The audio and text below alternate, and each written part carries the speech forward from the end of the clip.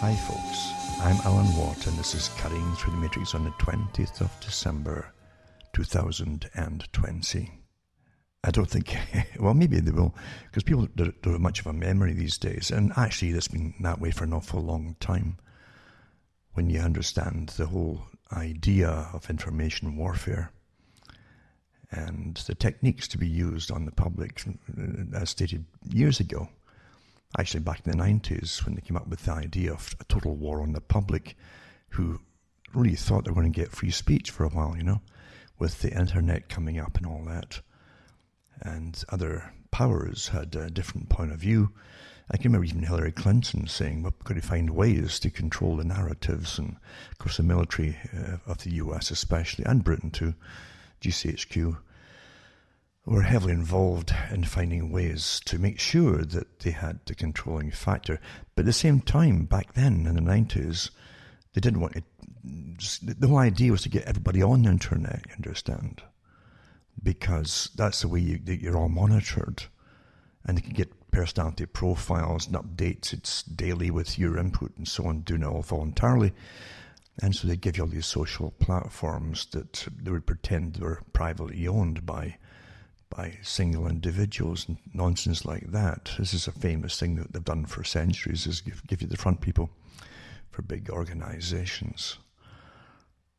But anyway, that's how they published it in the 1990s, the idea being that you could never give the public true freedom of speech. And I understand some of it, because you understand, anyone who's looked into the forums and so on, and talk shows and forums, and incredible fighting goes on with egos, which worsened all the time. And the more you looked into them, it worse and worse and worse after 2001, until literally it's a zoo now. And a lot of it is manufactured by the very powers in the cyber warfare groups employed by the military, or the government's military, and contracting out to private organizations, which the governments are famous for doing now.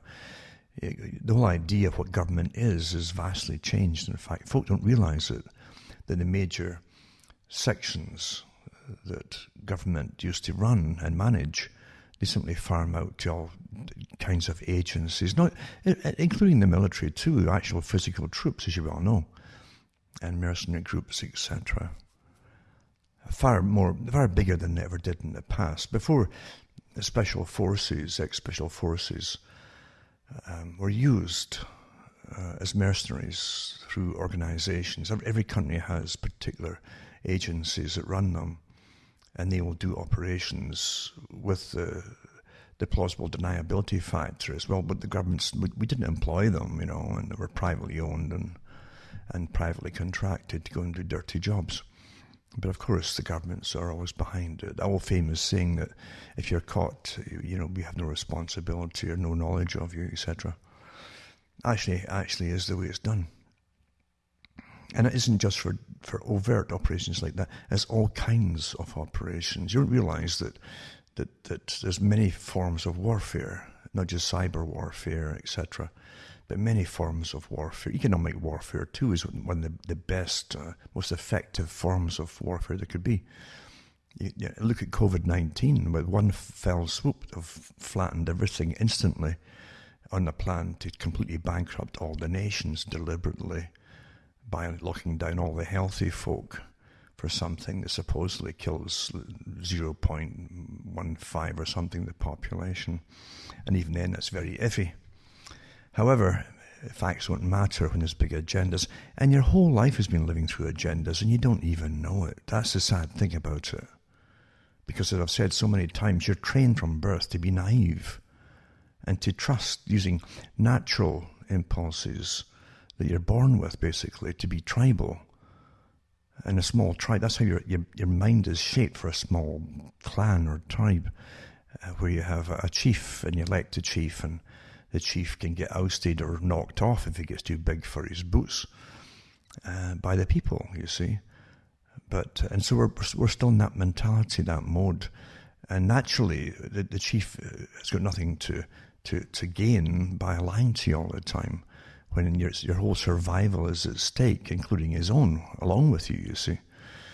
But when you end up with this mammoth, this modern governmental system, this too big, you can't even imagine it really. You can't. It's a name, it's a term, but you can't really imagine it because a tribal chief is one person. You can picture him, and you can see him, and you can see his family and so on.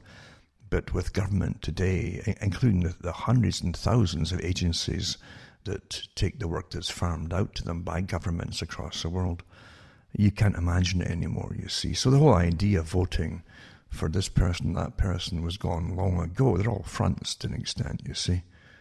And it's been that way from at least, well, actually, Carol Quigley mentioned that every member of every party at the top members of political parties in the Western world and in the US, since he wrote the book in 1960s, Tragedy and Hope, but he did mention that every government had its top members as a member of the Council on Foreign Relations, and even the name prior to the CFR, before that was formed,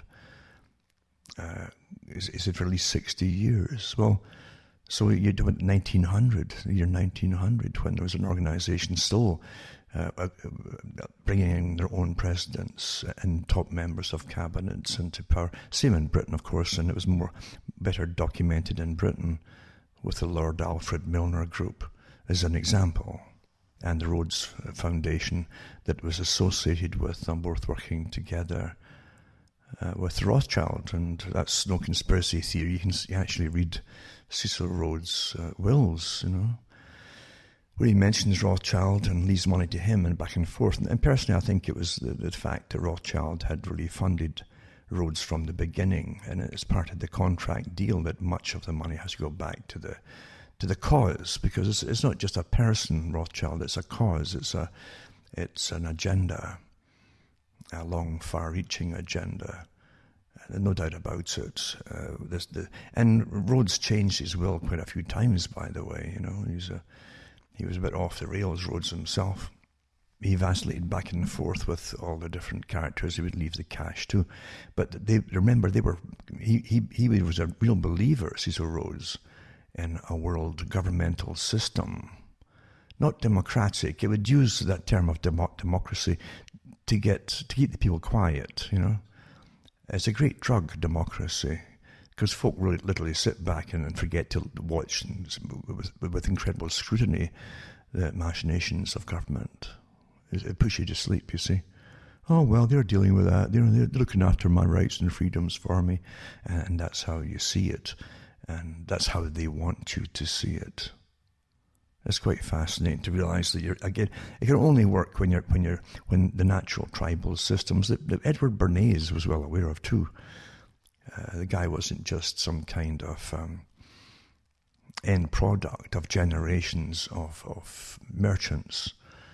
They certainly understood that, and the same in India and the merchant causes and so on, or merchant histories, you might say, of the Brahmins, where they understood how the psychology of the public, how to pacify and keep them happy and make them think they're winning or getting something for free or almost free or getting a deal or whatever.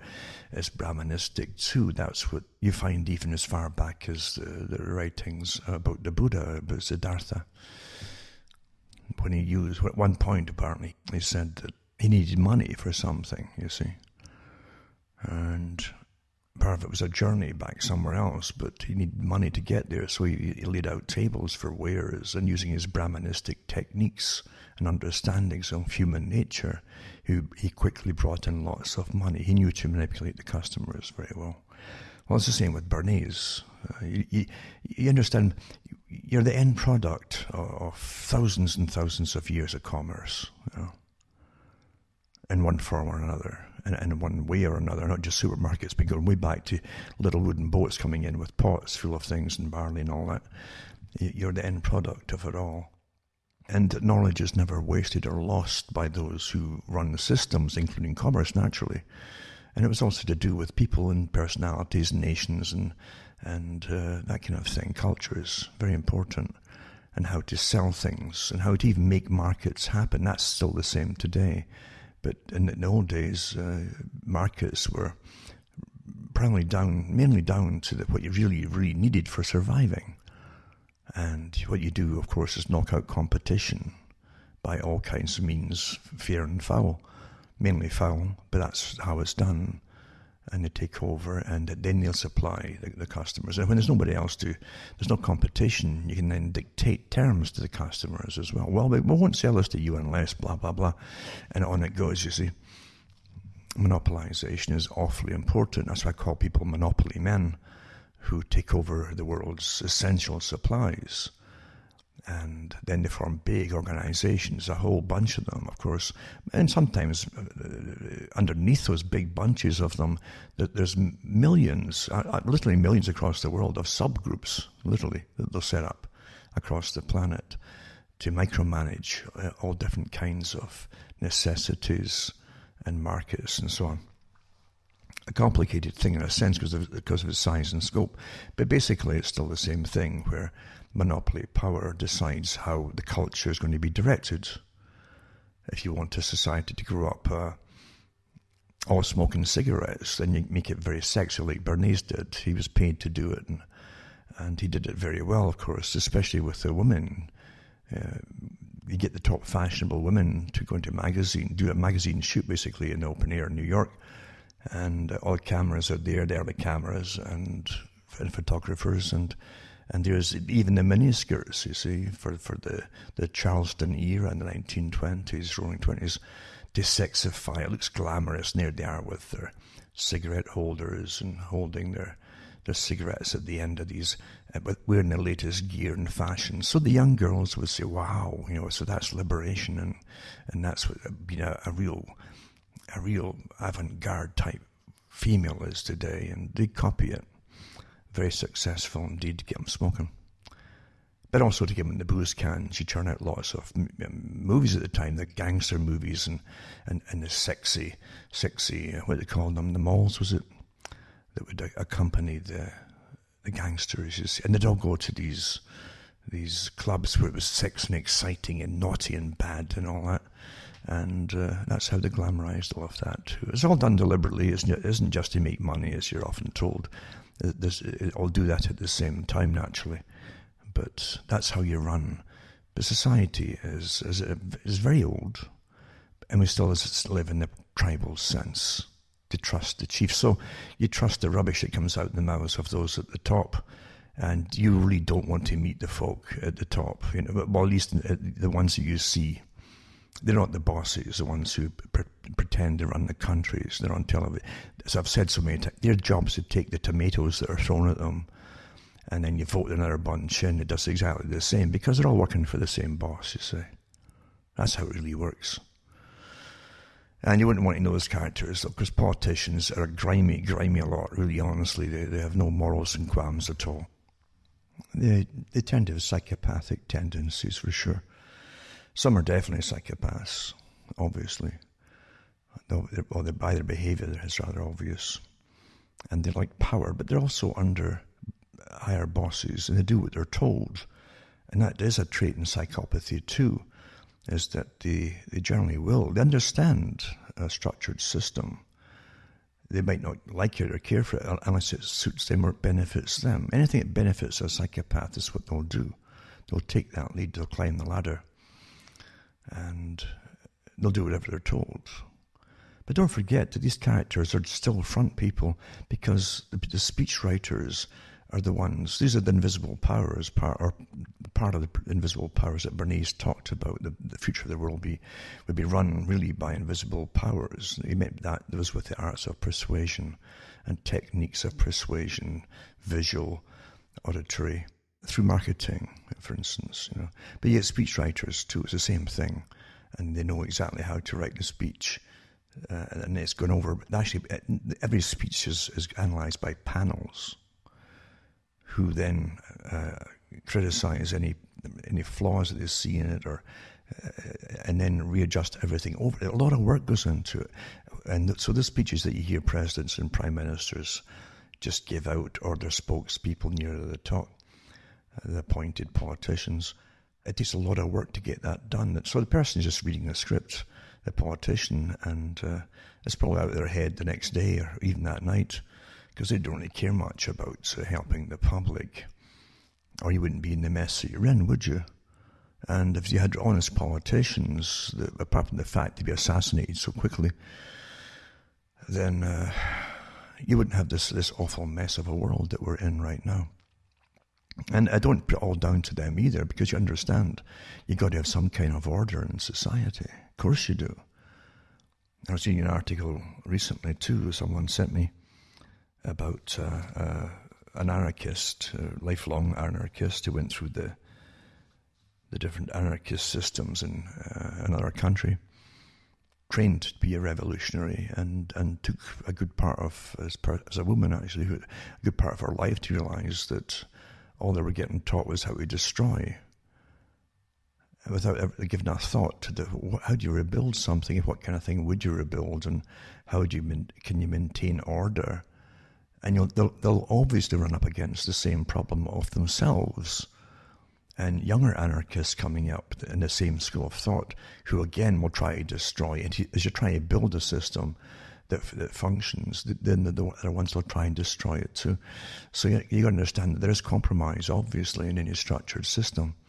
But anarchists really are, at the very bottom level anyway, are taught just to destroy and to take things down. And because of that, you always end up with massive suffering for the general population, including the anarchists themselves, who are generally the first ones to get picked up and eliminated, because the higher anarchists who designed it all realize they can't have them at the bottom trying to destroy what they're now building. So you have that paradox over and over again with them. But the big boys, of course, and gals too, were equal opportunity psychopaths in this day and age. You can understand that with those who want their new, technocratic global order based on a rules-based system, they call it. They use all these different terms. Most folk don't understand what the terminology means. And they don't go out of their way to explain it to you either, including the media. The media's job is not there to help you, as you well know. It's to be a mouthpiece for authority, to make sure you... And I gave talks back in the 90s about how you get authoritative opinions given to you, and how it's even then, and even long before I was born, these techniques were understood by using media, newspapers and radio and then television. Well understood of how you bring people to a consensus of opinion, and without them really knowing it, that they're being guided to the opinions. Whenever you had major topics, in Britain as an example, Britain was awfully good as a socialist system for really studying socialism and the techniques that they used. Very dry in a sense, which put people off. But if you persevered and dug through it, you could find out the real machinations behind it, what they're really up to and what they really want, and the techniques that they use. So part of boring you stiff with in socialism is to turn folk off from studying them. So that's all purposeful. And they do a good job of it. You want to fall asleep during their debates and talks and so on. And even the language they have too is designed for bureaucrats, really, in a sense, who generally are not terribly interesting people, on the whole anyway. But you've got this system of control, as I say, and you would hear speeches in Britain with party members of different parties, especially near election times and so on, or they bring out a member of parliament who's appointed to be over one part of the parliamentary system, and they give a talk, and then you'd get at least two, again, professionals that would go over what they just said.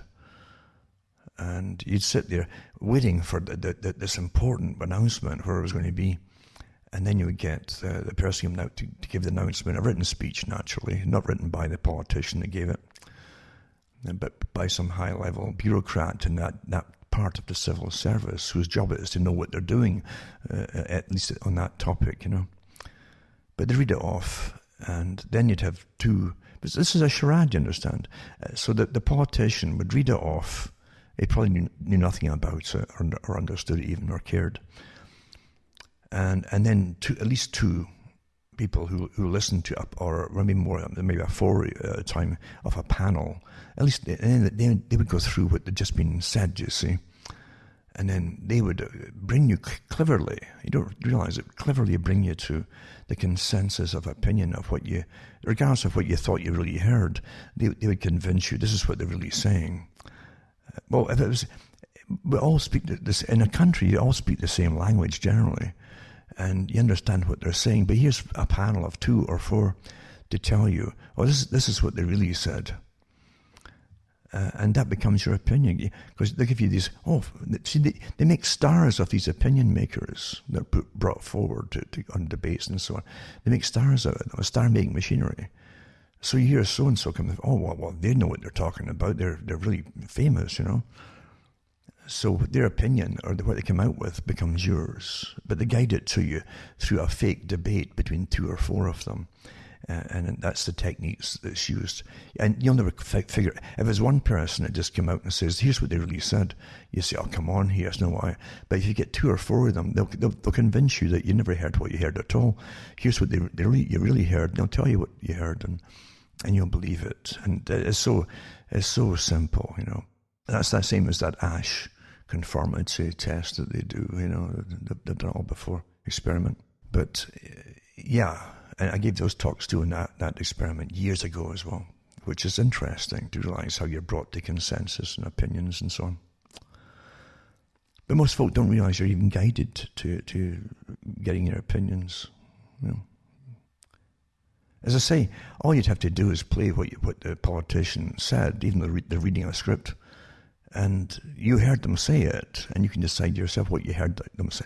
But why would you need 4 folk to reinterpret something that's in plain language and give you a completely different version of what it was all about? And they get paid big money for that too. Interestingly enough, so many things are like that throughout your life. And pretty well all the time on television when they bring them out. But I don't know if you've ever listened or found the old recording of Carroll Quigley, Professor Carroll Quigley, the much touted head or tutor to the U.S. Department of State, the State Department.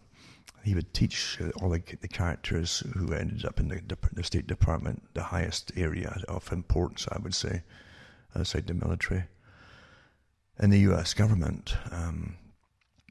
And he also picked, like they do at university or college, they pick them young for future leaders and groom them. They teach them. And Quigley got accolades from Bill Clinton because Clinton claimed he chose him and groomed him for his position in the world. So Quigley was no idiot, and he was an elitist himself, you know. But he did say on the audio, it's quite interesting. Never mind about the fact that something much higher run the system than even he was involved in. He was at a high enough level. But he did say that he and others, other well-known, again, these the star-making machinery, you see, would be often phoned up and brought on panels on television to refute whatever was coming out by some leaders' investigations into things. And if they didn't like what they were hearing, the system, the establishment, would pull them in and try to get these professors to refute and ridicule publicly on television these people. And Quigley said that he did a good job of it, and he was so they're very arrogant, you know, in their power and so on. And he got shocked one day, he said, because he was brought in to a guy who had written a book about, I think was it None Dare Call It Conspiracy, I think it was called, maybe Gary Allen.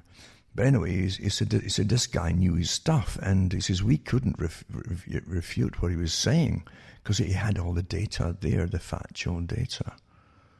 And that upset them because they were so used to just, on behalf of what you call the deep state today, or the establishment, they were so used to be able to make mockery of some upstart, as they would call them, coming in to try and tell the public to be wary or be warned of whatever government was up to in this or that area.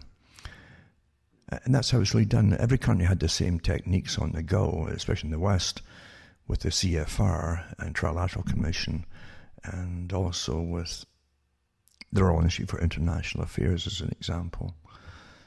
They had it, and they have the Royal Institute for International Affairs. They have a department in every Commonwealth country, including India, and all the way to, and even have one in Japan. Interesting enough, they set that one up a long time ago for the Far East, and now they have divisions even in China, communist China. So anyway, what you always learn is the world is vastly different from that picture that you have in your mind, and you're still living in a primitive system in your mind of here's the tribe, and here's my teacher at school. They're really nice folk, and it never dawns on you you're getting brainwashed on behalf of the establishment. And then you have your little childish like school books, little painted pictures, and here's a nice policeman. Policemen are there because they're nice, and things like that. And it doesn't dawn on you that a policeman's job is he doesn't care. It's to arrest people and get up the ladder by arresting people, and they do it by finding all they can out about anybody on any possible case or whatever, and they don't have any really affiliations with you outside of that. They'll put you in prison for the slightest thing if they can, and they do. So that's why they always tell you, if a police talk to you, never help them. You put yourself in trouble without even knowing it, even though you've done nothing wrong. But that's how it really is. You're living in a system where you're brainwashing your thinking. It's all quite natural, and teachers are natural, and you might even like the teachers, But when you realize that what they've been teaching you is essential to your indoctrination by those who own your nation. Your nations are owned, and those who own them are quite open about it in their own circles, and they make sure that the peasantry is brought up believing and what they're taught to believe, and so that you won't have so much trouble out of them. Managing people is a big business, Big business, of course, is great when you get them to earn money, and then you tax it back from them to pay those that manage them on behalf of those who own you. That's quite a good system. It can't really fail. But that's how it's been for an awful long time. Awful long time. And the arrogance of it today is overwhelming, really. To me, I'm not surprised when they came out with what they did with the total lockdowns with COVID, the whole idea of COVID. And COVID really is the big one. It's like the plan C if plan A and B didn't work. And it might even be plan D. You don't realize your whole life long you've been brainwashed and you're thinking that there's too many of you. And this, I could see this with my grandparents as well, maybe even great-grandparents, because you don't realize that the Malthusian idea of overpopulation of the masses that would outbreed the rest, like the movie Idiocracy, was a big thing. The nobility and aristocracy really were concerned about it. Mainly, I would say, it got worse actually in the 19th century when they had the big, they had big industrial years on the go. But they also knew that the industrial revolution wouldn't last forever, as other areas. Don't forget those who ran Britain, run the Commonwealth of Britain. Britain's just a corporate name for an enterprise.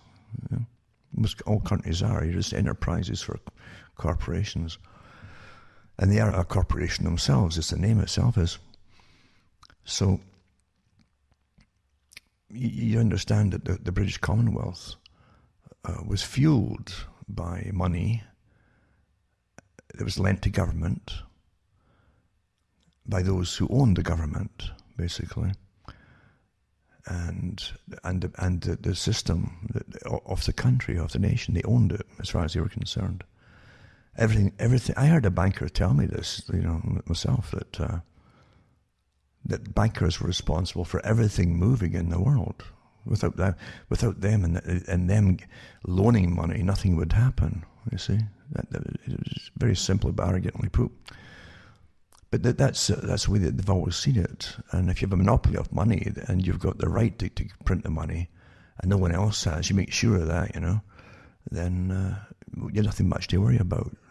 So then you lend the money to the governments for enterprises which you want them to fulfill, like sending troops over to different countries to get the country's wealth, or to get cheap labour, where it happens to be, or both, get resources and cheap labour.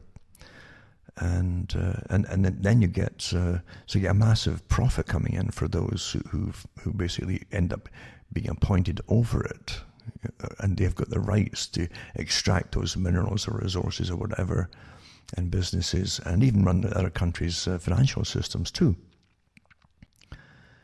And then you get the people back home to pay the cost of it all, the actual dry cost of it, the true public-private partnerships, you see.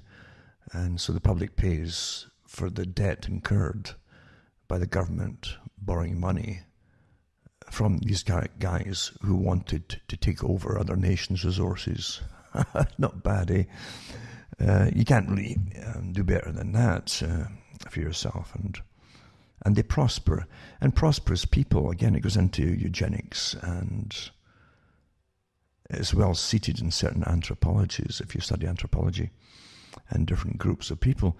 But people figured out long ago that you'll survive much better if you live better than other people around you, since most folk will be in a state of poverty, and poverty isn't conducive to health, as an example.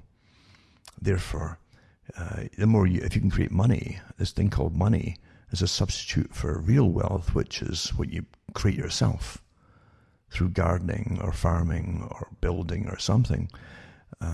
If you can create this in-between thing, this thing called money, and you can loan it out to people, then you'll be top dog, and you'll have more than anybody else, the people that do actual work. Especially when you get them all on it by law. And to pay taxes back, then you have to actually earn money, which you own. You own the money, they got to earn it, and then you tax it back from them. What a scam, really, isn't it? But we're all taught it's quite natural, and most of your parents probably thought it was natural too, simply because their parents thought it was natural. And that's how it is. If you don't warn, I've mentioned this before, mammals look towards parents to warn them. All mammals do, of what's dangerous to them or what's wrong. And it's like bear cubs are quite pleasant little characters when they're young, and they will follow you because they want to come up and say, "What are you? You're a odd-looking creature," and they're curious, but they have no fear, and that's why the mother will come up and kill you. You see, because she's been trained through experience that people are bad, and so bad people can't go near her cub. Quite simply. So we should be doing the same. Parents are supposed to do the same. Human parents should warn their children, but yet you give it all over to the state through education. As Bertrand Russell said, we should think we have to take children from their parents pretty well at weaning stage, get them away from the parents, so as they wouldn't be contaminated with the ideas and culture of their parents. But he said now that we have found very effective means of indoctrination, he says we can let the parents keep and pay for the upkeep of the children, while the state will use these techniques for the indoctrination of the children so effectively that when they come home, any input by the parent on any particular topic will be cancelled out by the child. They won't listen to them or accept it. They'll only accept that which they're taught at school. And that was all done when I was growing up. That was obvious, at school when I went there. I knew it, I could tell. But, you don't realize that this is how you've been raised. Most of what government does is pretty well secret. Everything's dualistic. They have an open inquiry type thing. You look it up, it's like a wiki thing, a page, very simplistic. Oh, that's what this department does. But that's nonsense. That's for public consumption amongst themselves. They have deeper agendas. And government is always, primarily, in the role of managing the people to suit those that own the people. And you are owned. You are. Under a corporation, you're owned. There's no doubt about it. And they even talk about you as a product. You are a product. You're also a product which they created to consume their other products and things like that. You have no idea that's how it's done.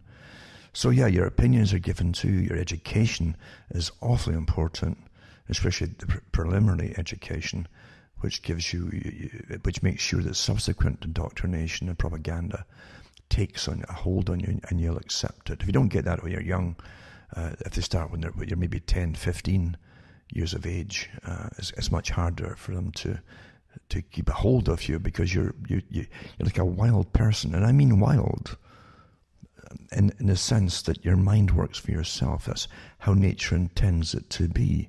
Wild animals are natural animals. And wild animals are survivors. They're independent. They're not kept in a zoo and hand-fed to be docile, domesticated. But the population, when they say it's domestic population, they mean domesticated population. And you are taught to be domesticated and to obey, to be obedient, you see. But a wild man is a term they use themselves at the top of the tree. They call themselves wild because they're unaffected by indoctrination. They didn't get that indoctrination. As I'm saying, if you realize their children, the conversations their children, the elite's children will have amongst themselves, and they know they're taught, is rammed into to be secretive about it, don't let outsiders hear you, and so on. But the children, just like their parents of the elite, are quite open about how the world's really run amongst themselves, including the techniques I'm talking about. And so they grow up knowing the reality. That you're all brought up as a peasant class in non-reality or unreality. And you're obedient, and you think you are in a reality. That's their big joke, you see, how well it worked. But most folk will never wake up to it. The indoctrination is so intense and so effective. It wasn't just Russell said it, so did Aldous Huxley. And others, Aldous Huxley on the Mike Wallace show said the same thing, that the techniques back then, I think in the 1950s, he said, were so effective that the people would be accepting things that perhaps they shouldn't, because it was unwise or it wasn't good for them to accept what was being indoctrinated into them by techniques they didn't even know were being used on them. And look at it today, look at it today where folk haven't got a clue. They've become the kind of robotic consumer society. For a while, it's finished now, it's gone. With the reset, that's the whole point of it, was to destroy the past, to bring you into the new system. But for long enough, you had the consumer society. A little burst of excess materialism. It wasn't a long period really, compared to what you could afford to buy, say 1970s or 80s or 90s even, to the mass of the stuff since China became the production giant, the engine for the world. It was set up to do that by outside forces. But you don't realize that it's a short spurt of materialism, really. And then you're blamed for it by those who own all the produce. They own, they have holding companies that own hundreds and thousands of factories in China, for goodness sake. But then they're telling you now, these people that set it all up, that you're bad and you're destroying their planet. And there's still too many of you, like Malthus said. And it's astonishing that it hasn't changed. But back to the wild man. They're the wild man, you see. It's what the children of the elite call themselves, because they hear their parents saying that.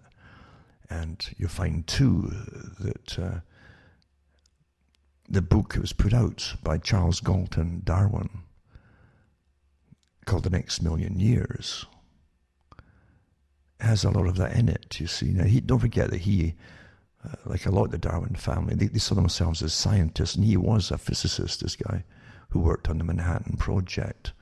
And so he had good ideas of how to kill off millions of people. He didn't just preach about it, he did it. But he wrote a book, The Next Million Years. We talked about the past and how slavery had always existed in the past, always, right up to where he was talking in the 1950s for his book. And he says, I don't see why it will ever disappear or continue in one form or another, forever. And you're in a form of slavery, you don't even know it. Here's one of them telling you that, And at the same time, he had the same Malthusian problems that they all have. There's too many of you, and as they change society and don't need as many of you, well, they don't want you around. They really don't like you. They really don't like you at all. And like Bertrand Russell, being one of them himself, said, he says, elite they'll become a specialized, a separate species from the general public through their very selective, careful choice of partners. But he didn't tell you a lot of them are actually mated together by others, you see, in true eugenic fashion for the improvement of their species. So yeah, you're living through astonishing times when the information is available, but folk are so caught up in crisis after crisis after crisis, they can't fathom it. They can't grasp hold of one thing long enough to comprehend it and then understand it and investigate it. And that's another technique the elite use, is crisis after crisis after crisis. Stampede the herd. Rapid change comes because as you're trying to adapt to survive, you adapt quicker and quicker and quicker to things that you shouldn't adapt to, like Aldous Huxley said, or inferred. So, the wild people haven't had the indoctrination that you had, and Charles Galton Darwin said it in his book, The Wild Men Rule. He says, we are the wild men. We know, we don't fall prey to different indoctrinated techniques of moralities, for instance. They do what's practical to get things done, regardless of morality and ethics. Today, of course, they made sure they've got a whole new pretended science called bioethics and ethics management, run by really spearheaded by the Rockefeller Group. And one of the top ones in that area, of course, is just coincidentally is Fauci's wife. Just coincidentally, who should live and who should die, and little things like that. Because no one gets to those positions of Fauci by hard work and abilities. They're picked for their ability to completely do what they're told and compromise and keep their mouth shut and to obey any order they're given from above, regardless of the consequences to the populations. That's why they're picked. And they know it. Of course they know it. Quite conscious of it all the time. And there's lots of them out there appointed over you. That's the world in which you live, folks. It's vastly different, and they gave you, as I say, the temporary consumerist society that really was meant to take over from the industrial era that you had until your own leaders, as they were told to do, signed away your countries under free trade agreements and giving countries like China and other ones a special trading nation status, you see. And you support them as they come up and as they rise up to a higher level.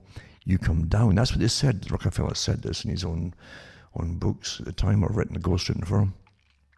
He said it says the wealthier countries will come down as they finance the rising of the countries coming up, emerging nations, and there'll be some kind of medium in between where they try to stabilize them all at the same level. Although you might sink further than the one you're helping. Well, we're way down yonder. When you look at China, we're really sunk. We import everything. China doesn't. They make everything. So there's no balance of trade as such. The balance is like a one-way. It's like we used to call it a seesaw, It's been weighted down at one end right from the beginning to be that way, and everything goes one way to China, you see. You import it all from China and the Far East. And of course now they brought in the same agreement that was signed by Obama, or the starts of the agreement with the Pacific group, nation group and so on, including India. They got that lumped in there too. And we're funding them to come up with giving them more money for we're building more hospitals for them and schools. Same as there was with China recently, And they build them hydroelectric powers and different power plants and things like that. And you do it all as you're going down the tubes, and infrastructure is falling apart. That's the free trade agreement for those who don't understand it. Quite something, eh? And free trade is not free trade. It decides who is going to get business to trade and who is not, who will not be given licenses. It's a completely rigged system. But again, that's getting off the topic, basically, because I often talk about things that in my daily routine of thinking, that I realise that most folk really don't know a lot of it. They don't. Why should you? You're raised in you've got a mind that's set in a tribe somewhere, a little clan, a few huts, and relatives, and it hasn't adapted to this con of modern living. It's kind of like the atomic bomb, and whether Einstein said it or not, probably didn't, because all these famous quotes that you get, John, are made up after the facts or after people are dead, to make them more famous, you see. And Einstein supposedly have said that after the atomic bomb, everything's changed except the mind and brain of humans, because we still have the same mind of battering folk with sticks and stones, and now you have the capability to wipe out the species. So whoever wrote it was quite right. That's the way it is. But it's the same way with obedience to authorities and so on, and those who design authorities, and even those who want to take over authorities for their own reasons by putting out obedience to authorities. But you don't realize how the world really is run, and how you've been raised by. If your parents were decent parents, then they still wouldn't know to tell you what you're hearing here. The elite don't want a population of paranoid people watching them all the day, so they make sure that you think everything's real and honest and decent. The corruption behind governments, even local, is phenomenal. And the clubs that they all belong to and join, you can't get into, or some of the lower ones you could, But if you give an oath to anything, you just give an allegiance to something legally, And there'll be penalties if you try to pull out of it. It's like the brother who did The Bell, by Glenn Ford. I think it was Glenn Ford did that one. He paid for it himself, I think, that movie. He set up the Ford Foundation because he realised there was definitely powers behind everything. The selected people who ended up in universities as professors, and they opened the door and it built you up and brought you into high-profile positions. The ones who became moguls of industry were all groomed and appointed by the clubs and so on. But there's a price to pay again, because one day you're told, it's like the mafia, which again is brotherhood, The mafia too, that you're one day, when you swear allegiance to them, then you're given a lot of benefits, but one day they'll ask to return the favor. And whatever they tell you got to do, you better do. And it's the same with the movie Brotherhood of the Bell, and the different allegorical techniques used in the movie and systems in the movie are very real in society. Very real. And that's how it works with human nature. But you're still living as a tribe, and you're taught to trust everything, and that's why this is why you're used and abused so tremendously effectively by those who claim that they own you, the wild men, the ones who haven't had the indoctrinations that you have had, the ones who are not, they've no impediment to do with moral decisions, they've no problems of doing practical techniques to achieve their goals, regardless of human cost or whatever. They don't really see you as human. They see you as a lesser. Actually, it's never changed for hundreds of years, at least from the class systems of aristocracy and nobilities, of how they saw their own people. And I think in France, up until the Revolution, it was true that there was no penalty against nobility who often got drunk and their hunting parties might kill a few peasants in the woods and things like that. There was no penalties that you could levy against them because they were beyond arrest or anything, or charge even. England was much the same, really, where the aristocracy could and did kill poachers who were starving, who came on the royal lands of the aristocracy and nobility, and would get a rabbit or two and things like that, or maybe a deer and share it amongst the people of the village. But they got murdered. They were hung. There's no trial. That was it. All that Magna Carta stuff. Just toss that out the window because it didn't apply to most of the people. It was for free people. Serfs were not free, and the bulk of the populace were serfs. So humankind isn't that great at all, and you definitely have had problems down to the present time. Well, the same elite, as I say today, decided that, well, that's it. You wouldn't listen. You just wouldn't listen, would you? To all their warnings, when they all pledged together to make global warming the issue, to depopulate a good chunk of the planet. You wouldn't listen to them, eh? So here's Plan A, B, C, D come into effect.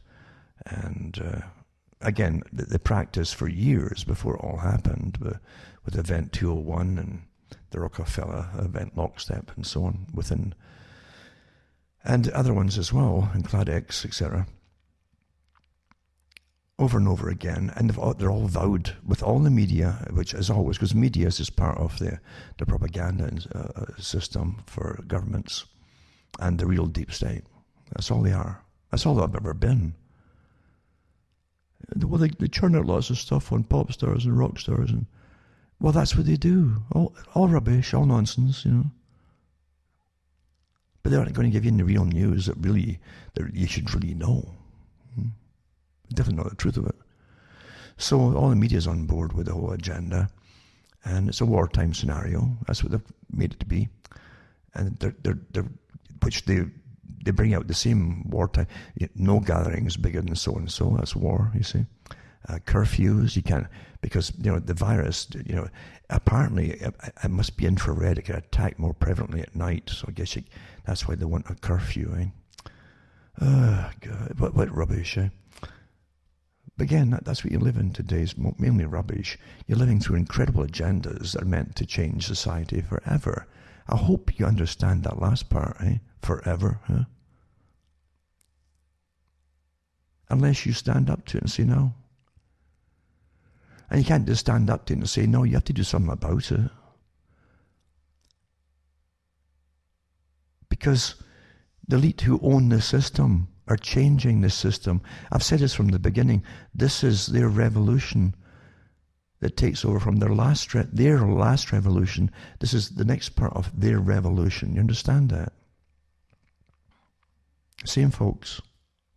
The ones who built up power through massive financing abilities and so on, and regulating nations' economies and all. The same folks are now, this is their revolution to the next part of their system, as they pull the plug from underneath you and keep you going for a while as it depopulate, which is actually happening already. When folk can't get medical treatments in the hospital because of this COVID, everything's shut down pretty well. They're not bringing in people for operations, which can be life-saving if you get folk in time, even for certain cancers and so on. So they're already writing off people as just acceptable losses, And you're accepting it until it's your turn. Because starvation is meant to come out of this too. Across the world, starvation. You better believe it. You folk that think that groceries come out of grocery stores, it's really stuff. You better understand what's going on here, and it was planned before you even heard of COVID. I hope you're getting the picture. What part of depopulate don't you understand? What part of austerity don't you understand? Which is it's a more polite term for poverty, And they're bringing it down. Meanwhile, I'm telling you, this is to go on for years, not just 1 or 2. And I said that at the beginning. This is it, folks. This is the big one. This is it. The trains that pass me, the heavy doubled up, 2-carriage high trains for it's all freight, have been going steadily all summer long. And night too, night and day. Well, since most of the stores are closed, where do you think all this stuff is going? This is for years of survival in the big cities and the underground bases that they've got built. And this is no secret, folks. They've had documentaries even in Britain years ago about the underground bases that they've got. Oh, yeah. You can go around the military bases in Canada, and if you get the ones like Base Borden, you drive around the perimeters outside of it even, and you'll see these it's like the little, it's like umbrella-shaped pipes everywhere. And there's your ventilation systems, like the different ships, the same kind of thing. But it's ventilation systems, Just like a walking stick.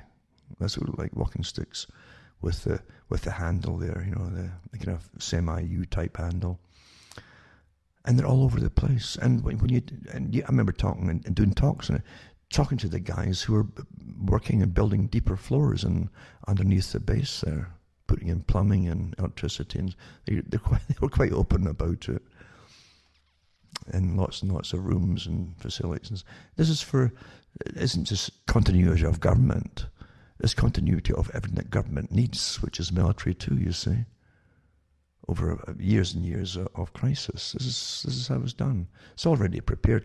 It goes back to even Maggie Thatcher. She had her day in that too, when they had practice runs for it.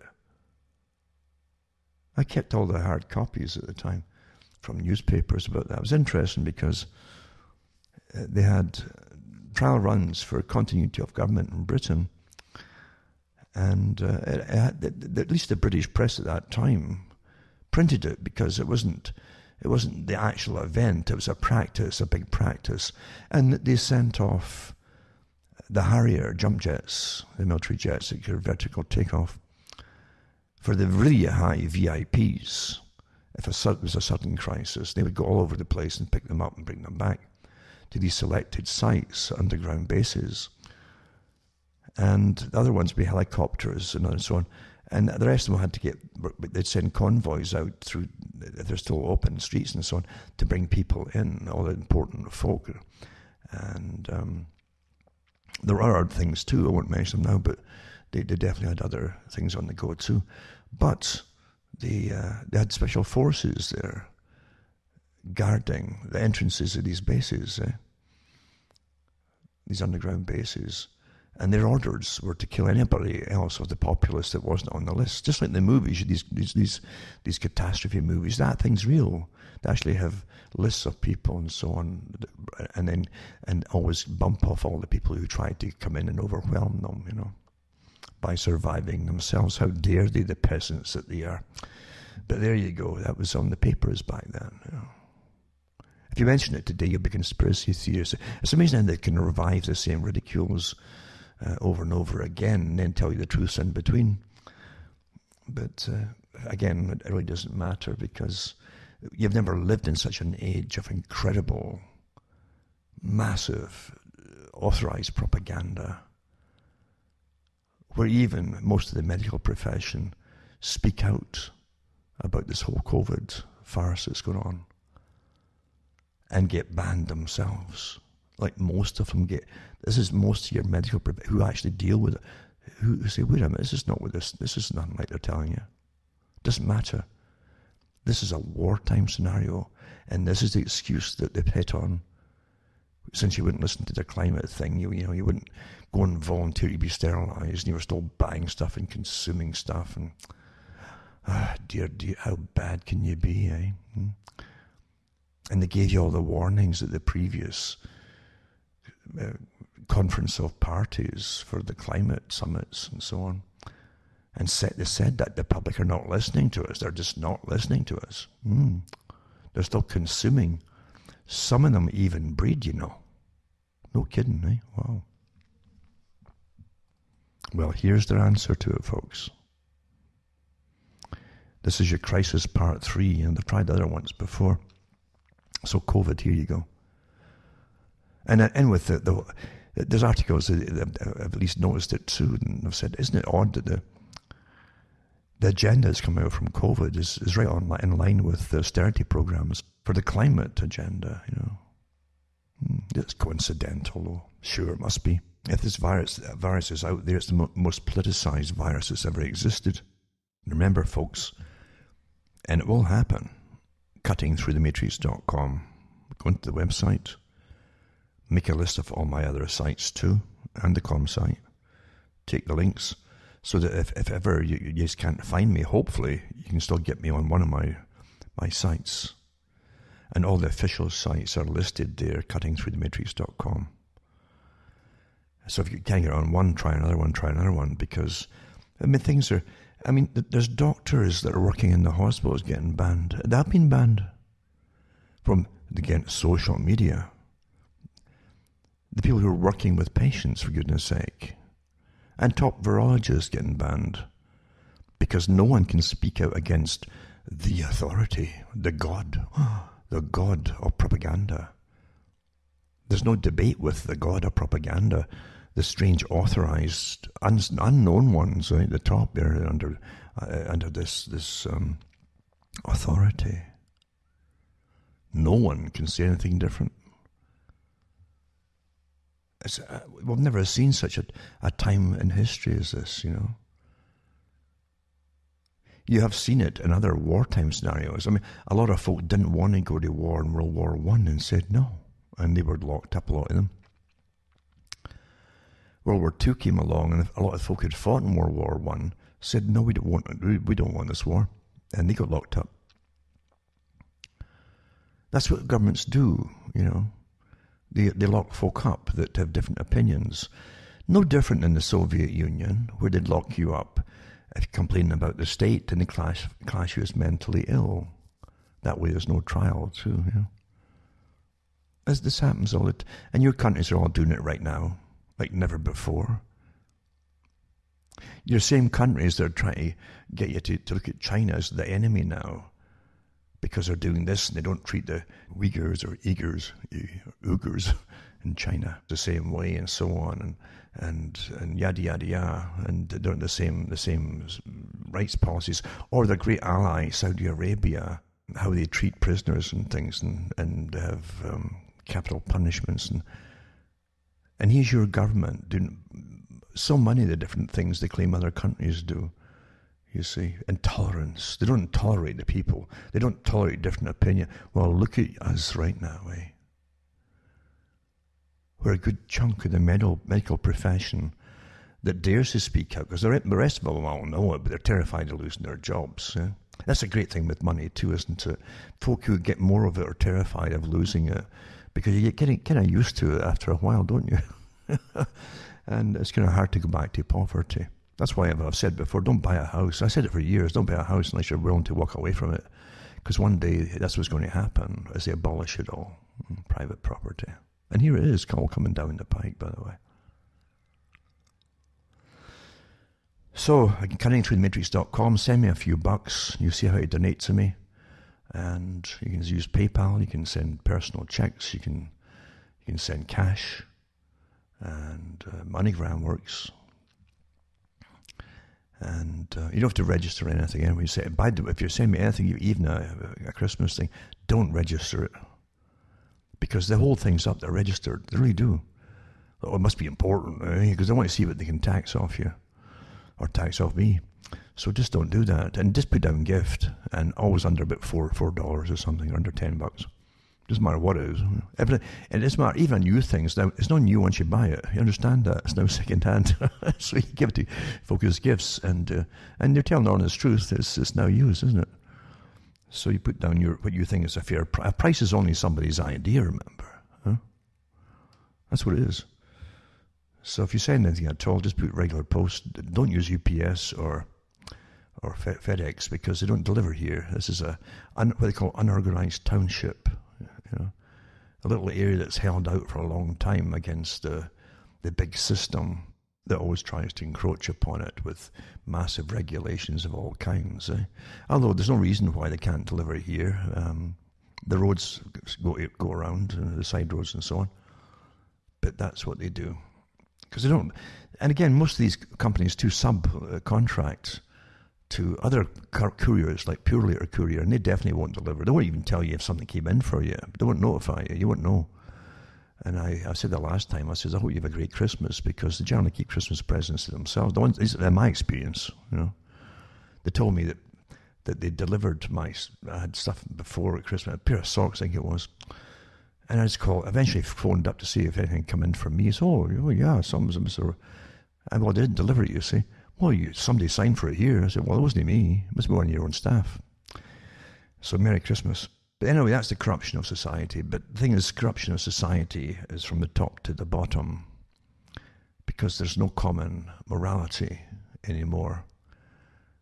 And that was actually destroyed by partly by the consumer period. You're all taught to be consumers and get and worship the idols who are stinking rich. That's what they gave you, all this about celebrities stinking rich, and that's all you heard. And people, and a generation grew up wanting all that kind of. By a generation, I generally say 20 years, not the 70, but 20 years is what it takes them to raise another group, another crop, who are more advanced for the preordained future that they've designed for you. You see, just like the ones today generally will never touch cash. They think it's uncool, right, to touch cash, and as cards for everything, or now their phones, and everything's the phone. That phone is their manacle to their masters, and they don't even know it. Without that phone, they can't do anything at all. They panic. But they think it's all there to help them, eh? Oh, wow. So as I say, currentlymates.com. You can buy books or discs or straight donations. It's up to you. And that's how to get the cash to me to help me tick along here. Because we are going through this is the greatest change, or the beginning of the greatest change that you're going to experience in your life. All the other parts of it are preordained and will be implemented in sections over the different periods, like 5 years plans for this, 10-year plans for that, 15, 20, 50, 75-year plans, etc. All the way through the entire century. This is the century of change. This is the century of transition. They called this in academia and the CFR in the last century. They said the coming century, the 21st century, is a century of change. Everything was to be changed. A whole new regulated uniform system. This is it, folks, coming in. Now, you're living through it. You're in the Great Reset as the currencies get devalued and true purchasing power. You'll need more and more currencies to get the same amount of goods, if you can even find them or buy them. And this is what you're living through. And I said at the beginning, nothing is going to go back to normal. When you hear the statements coming out of the mouth of Foxy Fauci there, that things would never go back to normal, he meant it, because you see, this is all pre-planned, folks, and he was in on his part of the planning stage too. Nothing's to go back to normal, nothing. They've got you wearing, they call it diapers for your face, which it is, because your mouth is just dirty, and the air that come out of you is dirty, so put a diaper on that face. Now, I mentioned last week that China, some distance, certain flights, they were putting adult diapers on the cabin staff and the pilots and so on. They're said to be more hygienic. I mean, they're starting to plug every orifice in your body here. Do you understand what's going on here? A diaper on your face and a diaper on your rear end. And they're telling the pilots to sit in that kind of thing for long flights. I mean, that should be their ad for their flight company, flying high. Right? Because there's a big experiment to see how far you'll go for conformity. It's like that movie, The Experiment, remember? Which was done, actually. It was actually done. It wasn't just the Milgram experiment. They had the one about the prison and role-playing in the prison. They created wardens out of volunteers, and the volunteers also took prisoners, you see. And so they had a mock-up there, and they watched folk adapt right into their roles very quickly. There's nothing, there's absolutely nothing that they haven't tested out before in conformities. This is the Ash test of conformity, of course. I did talks on that many years ago. The Stanford prison experiment, and the Milgram experiments, and all the other experiments they did. But you can actually see the movie version of the experiment as well. And it's worth seeing, I think. Behaviorists and psychologists have been well funded for such a long, long time to work for the masters that own the world and find ways to manipulate us to be more compliant citizens, do what we're told and don't think we disobey. And look at us all today. Look at what's happening. The folk truly, if they watch TV, cannot fathom. They don't know. They don't know. And you won't know how bad it is for them, because if you've been studying this for years and following this for years, you realize, in a sense, you are a different species from them. What you take for granted and what you know take for granted, these folk are completely naive to it all. They've never even started down that road. And so all they're doing is reacting the way they're supposed to react by those who are managing the whole system, into the panic mode, into compliance mode, in the hope that somehow they'll get back to some kind of normalcy. It's not going to happen. As they're played as children, just a few weeks, at the beginning, or maybe a few weeks more lockdown, or maybe, a little break in the summer and then right back to it. As though the winter had anything to do with COVID, because the hottest country supposedly just had just the same rates as folk in the middle of winter. So all that's out the window. You understand, testing is what gives you the COVID.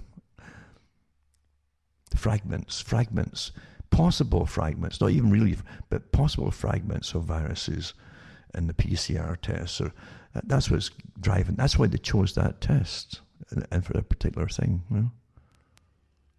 You can't fail with that. It'll spew out the numbers that you want with false positives all the time. Especially with the cycle rates that they've gotten up to.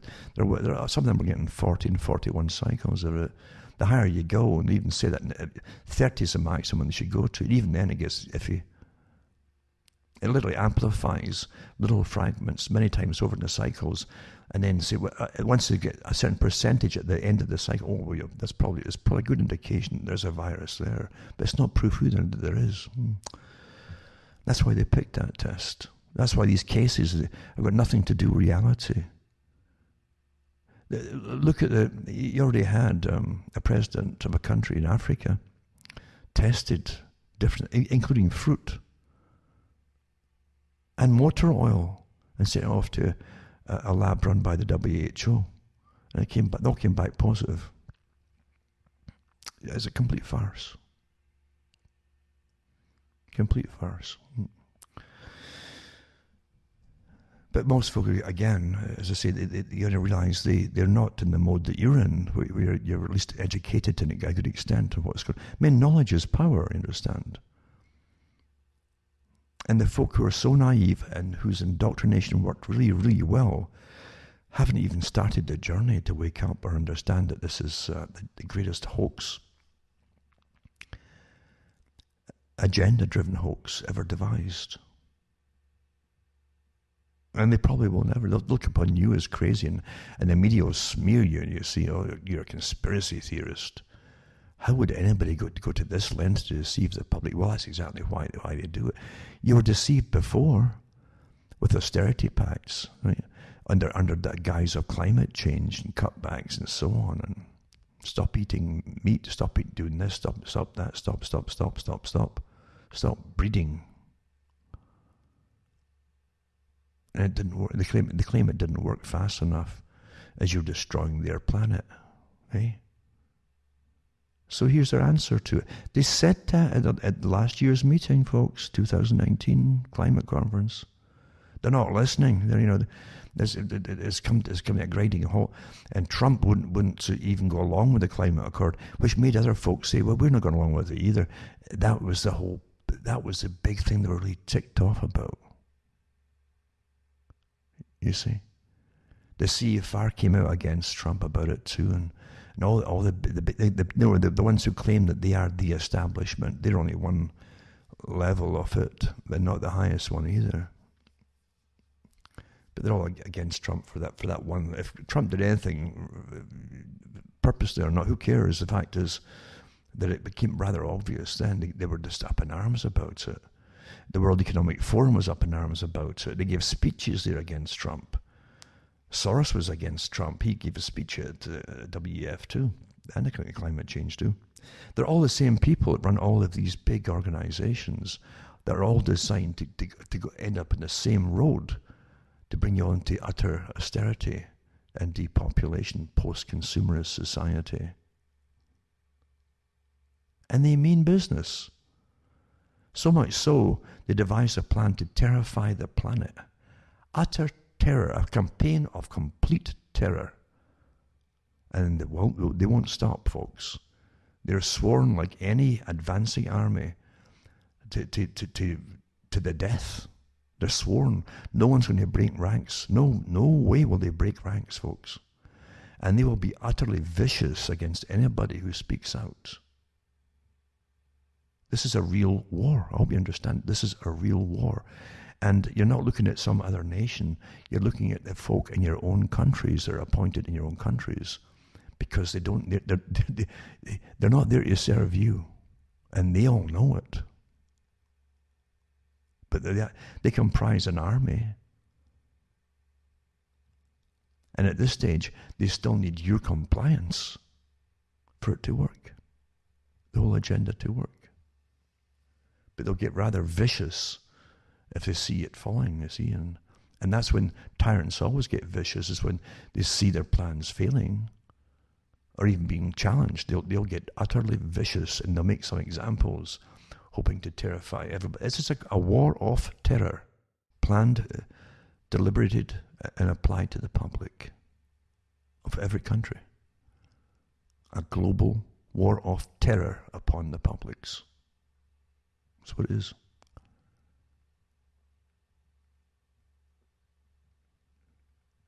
Designed to totally crash every economy, because you're supposed to go into dire austerity in a post-consumerist society, in a post-industrial society. Subsistence, survival is what they plan to bring in for you. They really mean it. For no government on the planet has ever applied these strategies in history to the populations. Never. Even in times of previous wars. Crashing everybody's economy by order from the top. Never happened before. This is it, folks. As I say, with these incredible heavy trains that go every 20 minutes or so past me. Like it never happened before COVID. It hasn't happened for years. This kind of commerce or trains going by with freight. The stuff they're storing up is for years and years and years. Maybe a real full generation, like 70 or more. Really, I'm quite serious about it. Even before the 2007-8 crash, there's never this kind of freight commerce going by here. No. And since most of the small businesses, and most businesses in country of Canada and the States are small businesses, remember, wiped out.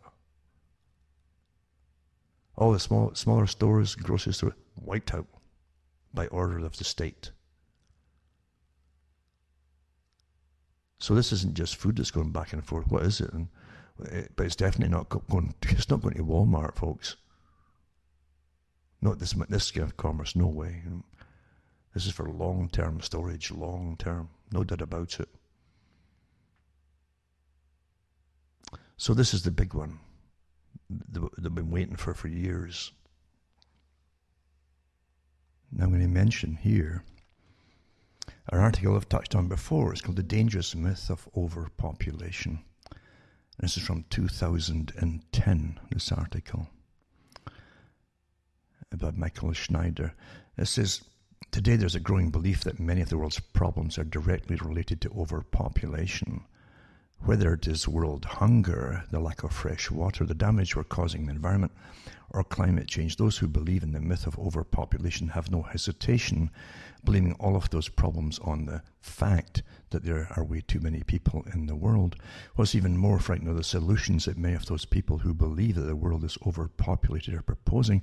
The solutions they propose include more abortion and family planning services, one-child policies, and mass sterilizations. In fact, there are even some of the radical environmental movement that insists that we need to get rid of 80 to 90% of humanity in order to save the environment. Now, this mantra goes down through time with these characters who run the world, eh? And they've always used different guises to do. Even after World War I, remember, people like H.G. Wells, who was a propagandist for the big deep state, you might say, the deep state. He said that people haven't given up enough of their, even though with the mass killing and all the rest of it, that people hadn't given up the idea of sovereignty. So we need another war, he said. And the whole idea was that the war that they had in World War I was kind of war, really like last man standing. That's how the war by attrition, they called it, attrition war. That whoever had the most guys left standing at the end would win it. That's how it was really based in pretty well. And he said, well, the people hadn't given up the idea of sovereignty. They didn't kill enough people, in other words, so we need another war. This is what they do, you know. This is what they really, really do. It's astonishing that folk don't know this, and you should. You'd hope that people would know the basic stuff of what happened in the last 100 years at least, because it's so important to understand what's been going on here. And what you're living through today is just a continuation of the same policy, really, the same agenda, same plans. And you always find the same theme. We need world government run by the right kind of people, right? And Wells' idea was a scientific elite running the world, because he worked for the bosses, you see. A scientific kind of dictatorship, and also a technocratic system where they wouldn't have democracy. It's just too inefficient. And that mantra comes right down to the present day and the Club of Rome, the ones who came up with the idea of blaming too many people causing climate change, which would bring on drought and famine, etc. And that would fit the bill. They said that humankind was mankind was therefore the problem. That would fit the bill to push upon the public. And that's all you've heard ever since then. Is that very, very mantra that too many people, consuming and destroying the world, yada, yada, yada, and causing climate change. And now they've just jumped right into COVID. That was the next part of the plan. And getting it done even quicker. Crashed the economy totally. That's the end of your commercial consumer society. Done in one swoop, and that's it. So there you go. Anyway, back to this article. And this article has some bits that could be improved, but actually said that even the UN, the United Nations, has fully bought into the myths of overpopulation. Well, the UN was never for the people. It was not democratic either. It was created by the same group that created the Royal Institute for International Affairs, the Alfred Milner Group, out of the League of Nations, which they created too. The same group that gave you the World Bank. They created that. They also created the IMF. And they created the Bank for International Settlements. Everything that runs today is privately owned by the same clique.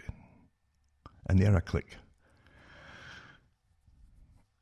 Anyway, it says in this article here that, and what they mentioned, the guy mentions this, the UN, but the UN is completely bought and paid for by and owned by the same group that runs everything else. Completely, absolutely.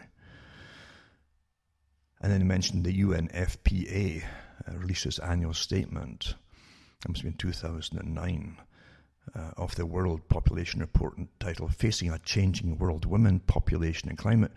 And it says this report went further than any UN report has ever gone in linking climate change with overpopulation. See, that's been the mantra for years. According to the report, the only way to avoid a massive climate disaster is to dramatically increase family planning, meaning abortion, service around the globe, and to do whatever it takes to reduce worldwide. No, listen, to do whatever it takes to reduce worldwide fertility rates, whatever it takes. You getting it?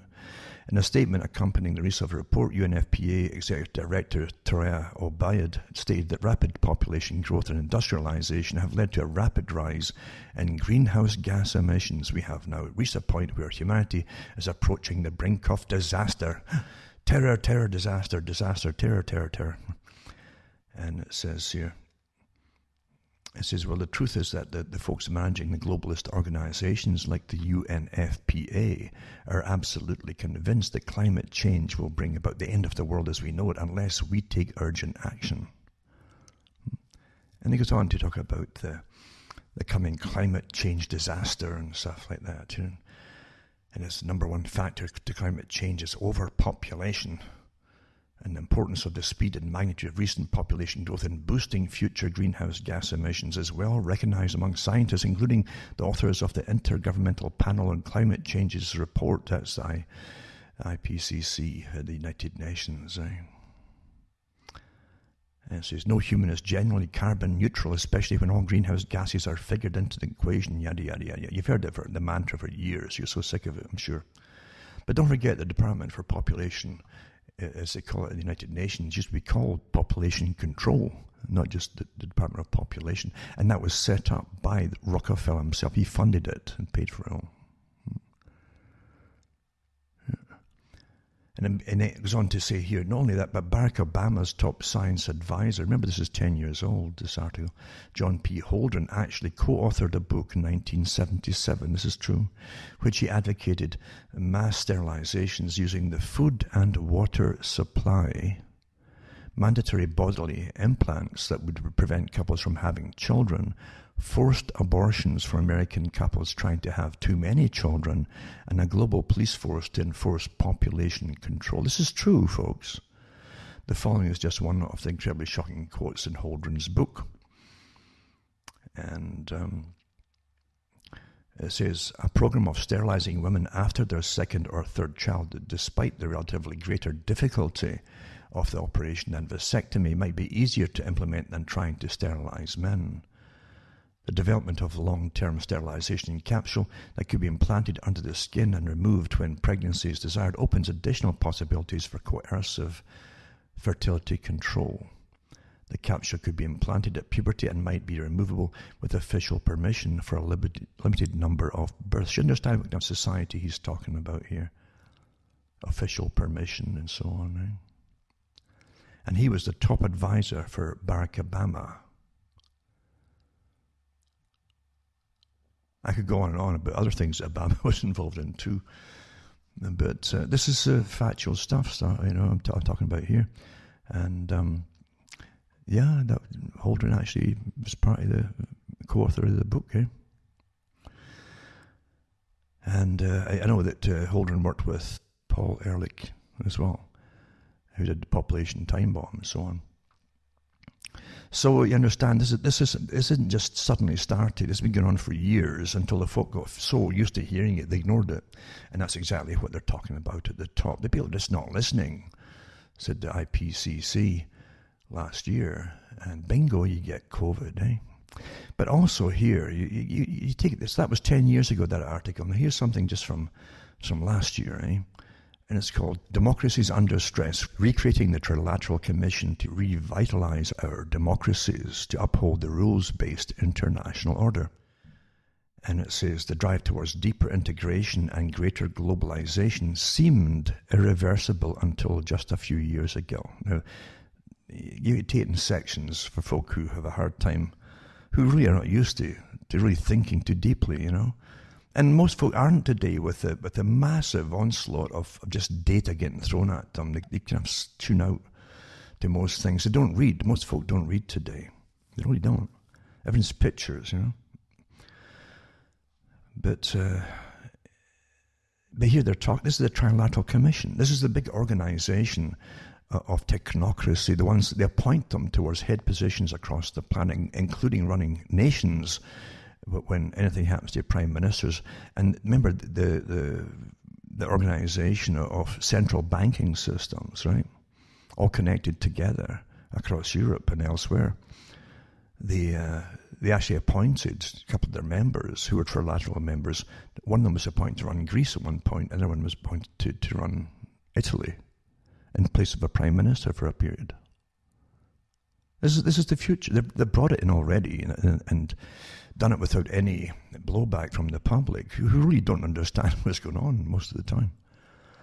So here's a Trilateral Commission that was designed and to break out of the Council on Foreign Relations, you know, a higher department, you might say, of the real doers, the ones who do things and get it done, regardless of democracies and so on. This is their own publication I'm reading it from. So it says, the drive towards deeper integration with greater globalization seemed irreversible until just a few years ago. Irreversible from, well, who was pushing it? Well, they were pushing it. The deep state was pushing it for years. Global government, globalization. See? Yet in recent times, unintended consequences of these trends, from inequality to cultural alienation, have fueled new forms of discontent, spurring a rise in populism. Now, populism is a new term they're using, really, for nationalism, where countries are so sick, like the EU, of being plundered with their tax money and so on, that they never see the benefits from. It just disappears, billions of bucks. It's utterly corrupt. And so they want their own country. It's all, I mean, the whole idea is to run what's in your area even. That's the whole idea of having elected representatives. Forget parties. The party's a con system. It's a club run by the big elites. But you're supposed to elect someone that represents you and your people in your area and the concerns of your area, financial and otherwise, you know. That's long gone, that. And it's the same with countries. If you can't drive or get to the person in charge to talk to them face to face, then what's the point in having them halfway across the planet? It's too remote and you know, it's just not concrete enough, obviously. It's inefficient too. It's easy for them too to spurn the country that's paying for it all if they're over the water somewhere and just ignore you. So anyway, here they are decrying the fact that folk are getting ticked off with this idea of living under a global governance system, which they didn't want, except that the democracies, but the Trilateral Commission, I should say, wants it for sure. That's part of their purpose, right? And they have lots of articles on it by themselves, on the kind of system they want to bring in, by the way. But it says here, so the populism and nationalism. No, why do you think the EU is still on hold? It hasn't happened with Boris getting put in. There's articles this week. Oh, we can't just quite get there yet to separate from the EU. You know, well, see, the deep state created the EU, the European Union. The deep state created what was the NAFTA agreement that actually said in all the articles, which I still have. They said this is to unite the whole of the Americas and the Caribbean into one block. That's what they had in the beginning, folks. So anyway, they're ticked off. They haven't got what they want, so they give you, you know what, COVID. Right?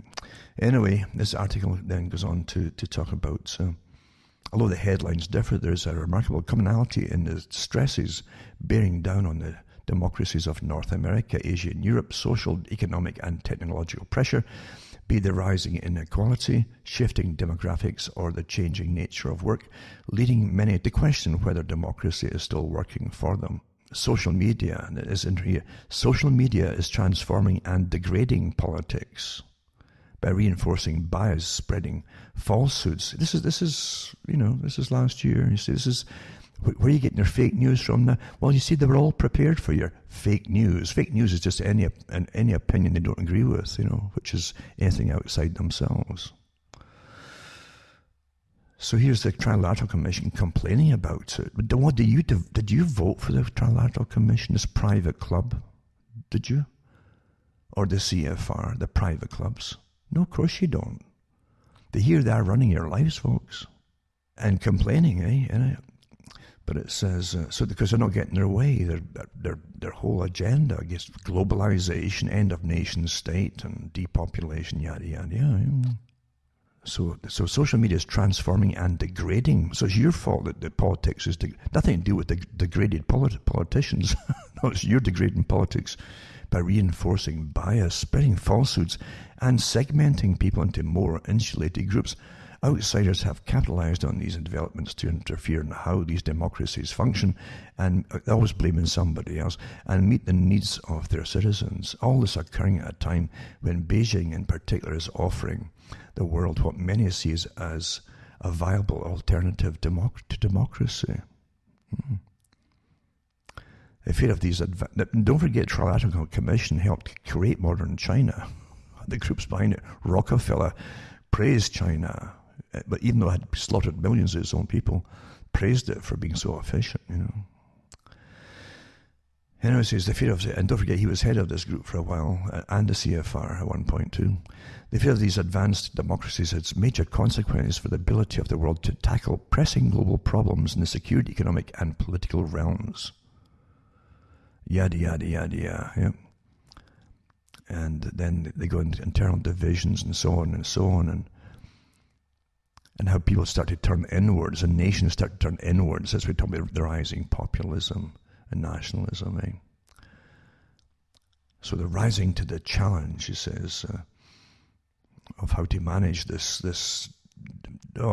awful idea of having your own nation again. Oh, dear, dear, dear.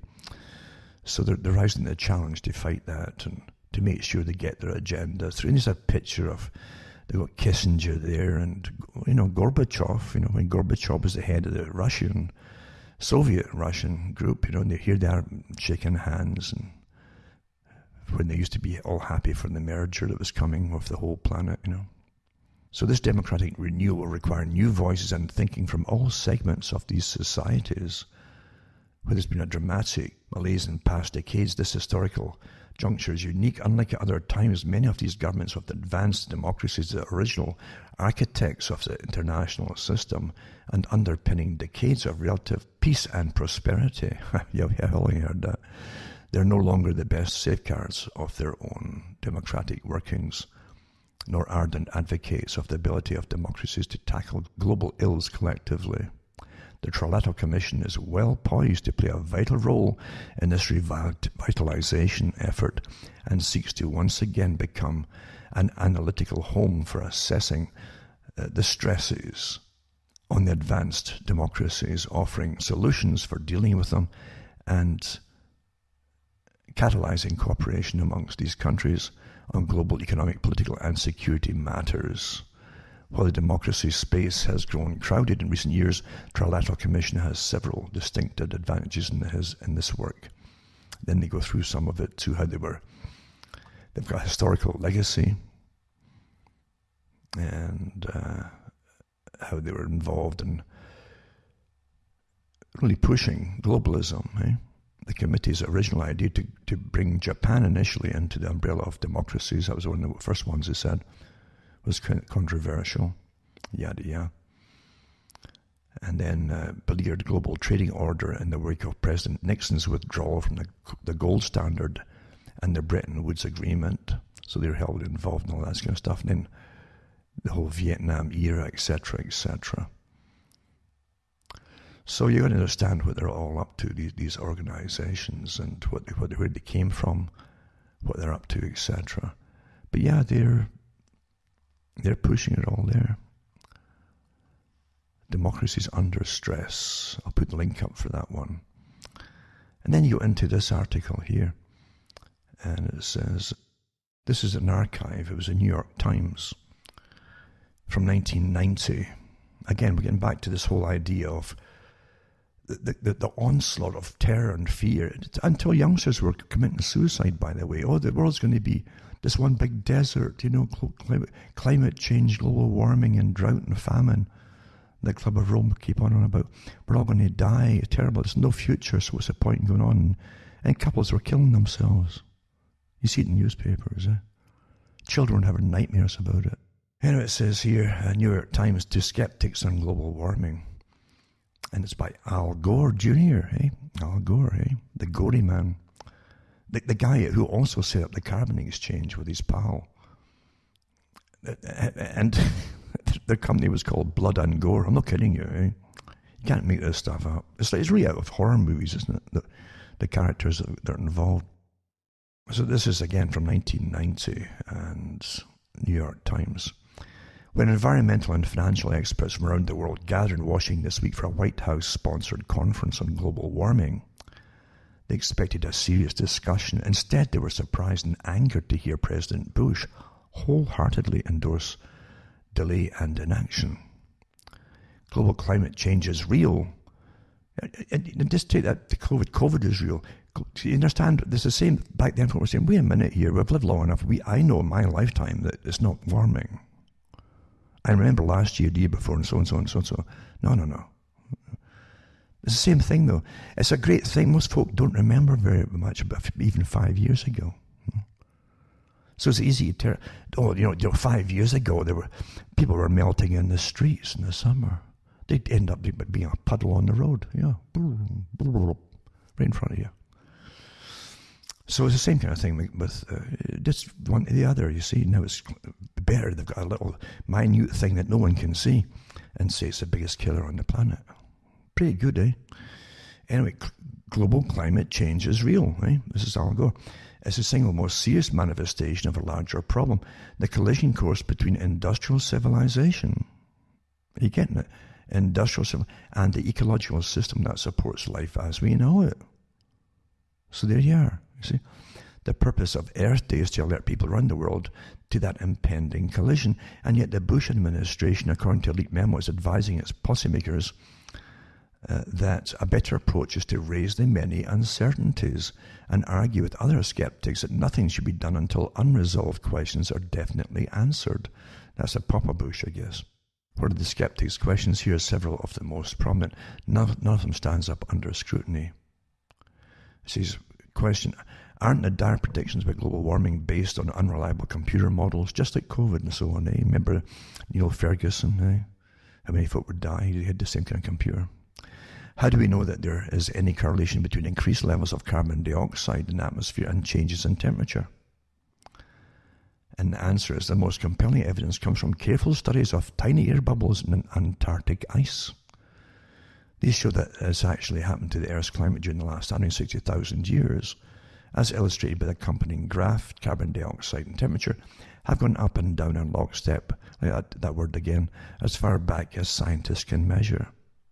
And through the last two ice ages in the period of great warming in between, levels of carbon dioxide have fluctuated between 200 and 300 parts per million. Even the skeptics agree that concentrations of carbon dioxide will be pushed to levels of 600 parts per million within the next 35 to 45 years. They always give you these futures to get you to do things now on something that might happen, 50 years down the road. It's a really clever con, that one, isn't it?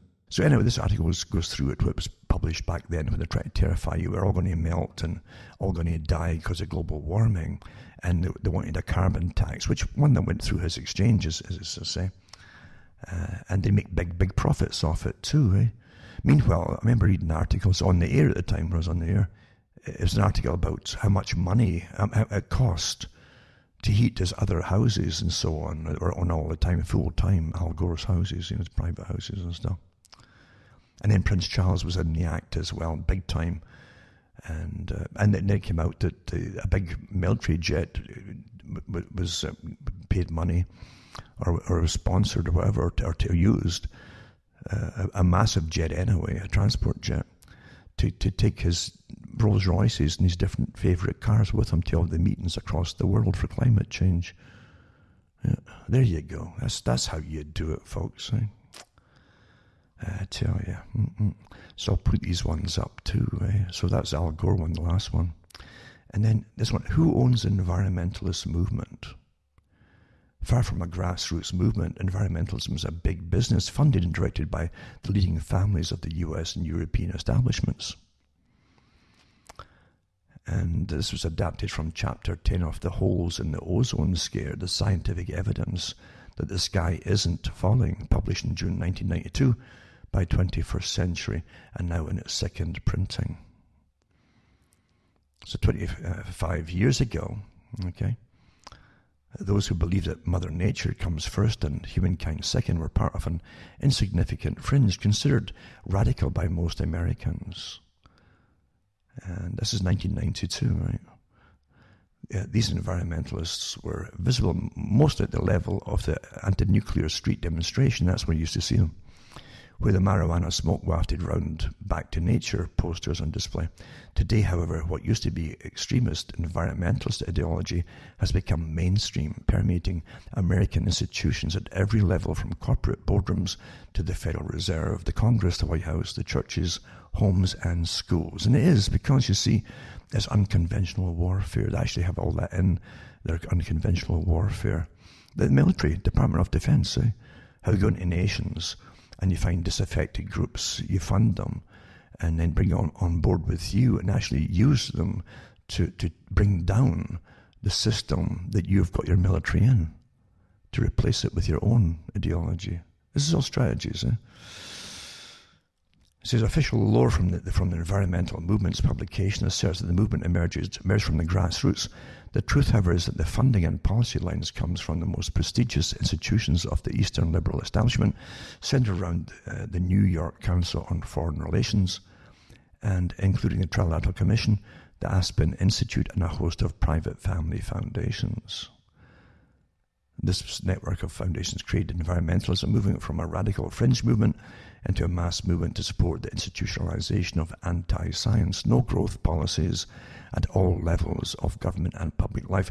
Maurice Strong, remember, too, who also was picked up and groomed by Rockefeller and put into public life by him, as a big front man as well. But he said that they wanted to would have to completely dismantle American industry into pre-industrial levels. Well, you're looking at going back into the days of the founding of America pretty well.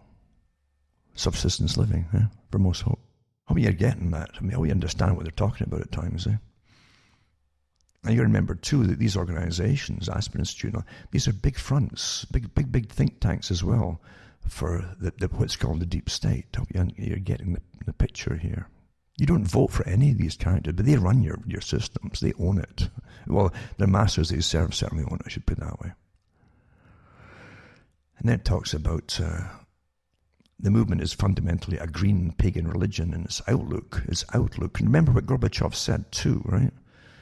Gorbachev said when he was leaving the Soviet Union, he said that it says, I am an atheist, in one of his books, I am an atheist. So it's supposed to be a question and answer to school children.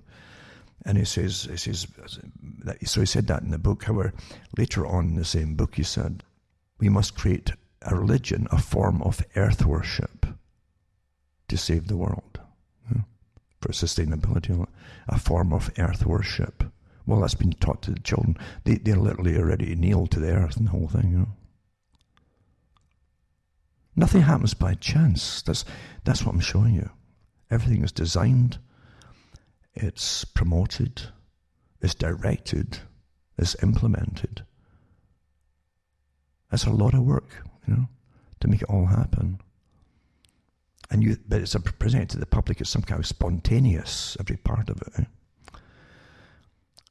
So the talks here about the Council on Foreign Relations, Eastern Liberal Establishments, the network of foundations create environmentalism, moving it from the radical fringe movement into a mass movement to support the institutionalization of anti-science, no-growth policies, right? And it says, the vast wealth of the environmentalist groups may come as a shock to most readers who believe that these groups are made up of public interest, non-profit organizations that are making great sacrifices to save the earth from a looming doomsday caused by man's activity. In fact, the environmental movement is one of the most powerful and lucrative businesses in the world today. Funding from the foundations. There are several thousand groups in the United States today. Several thousand, right? This is then. This is an old article. In Saving the Earth. Although all share a common philosophy, these groups are of 4 general types. Those concerned respectively with environmental problems, population control, animal rights, and land trusts. Most of these groups are very secretive about their finances, but there's enough evidence on the public record to determine what they're up to. Table 1 lists the annual revenues of a sampling of 30 environmental groups. These few groups alone had revenues of more than $1.17 billion in 1990. You think they're all just grassroots? This list, it must be emphasized, by no means include all of these environmental businesses. They call them enviro businesses. It's estimated that there are more than 3,000 so-called non-profit environmental groups in the U.S. today, and most of them take more than $1 million a year. That's what they take in.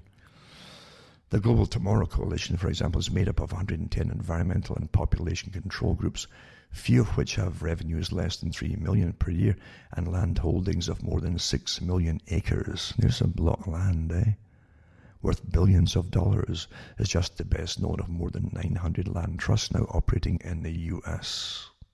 The Global Tomorrow Coalition. 6 million acres. That was then.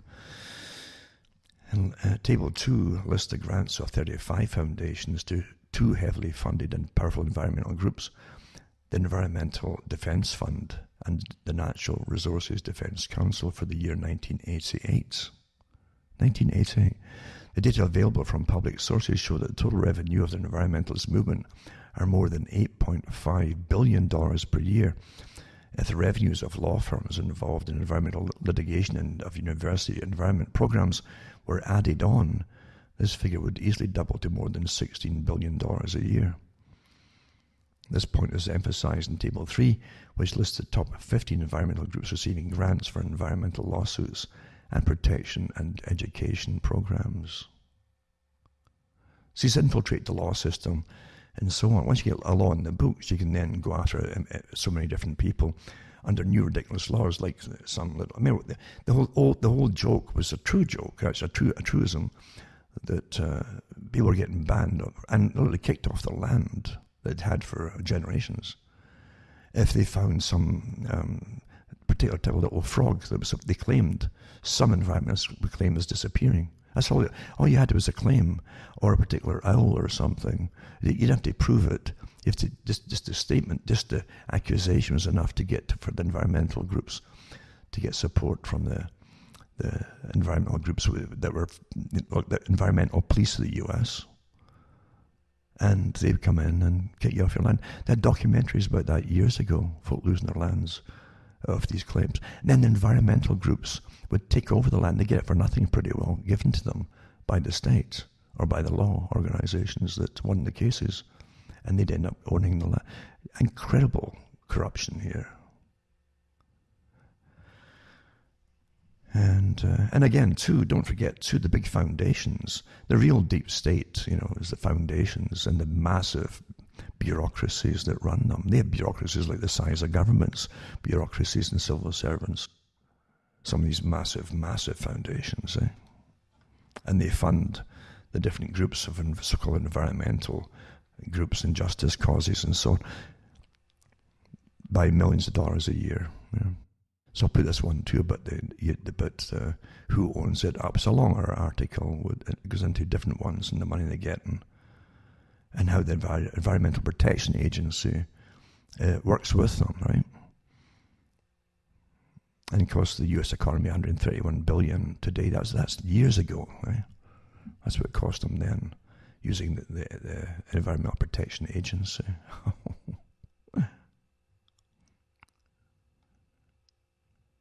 It says the figure will have risen to more than $300 billion a year by the year 2000. Well, it's probably more than that. It was more than that.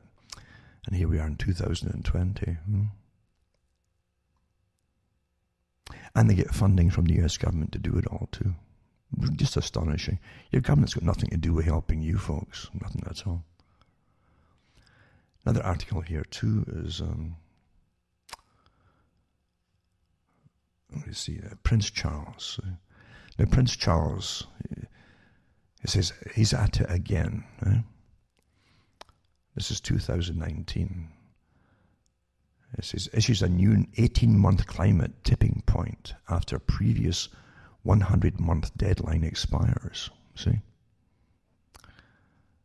So there you go. I mean, he's done this on and off over years, eh? You're all going to die if you don't. We've got 90 days to fix it, blah, blah, blah, this kind of stuff. So this was 2019, a year ago. Everything happens a year ago. It's very often important to understand what happened a year ago. You had the climate agreement group in discord about it all because Trump wasn't backing them. And they said they'd have to do something more drastic to get their agenda through. Right? Well, COVID came along. Then last year again, Charles is at again issues new 18-month climate tipping point after previous 100-month deadline expires. So he warned global leaders that if we don't tackle climate change in 18 months, the human race will go extinct. He said in a speech in London yesterday to foreign ministers from the Commonwealth.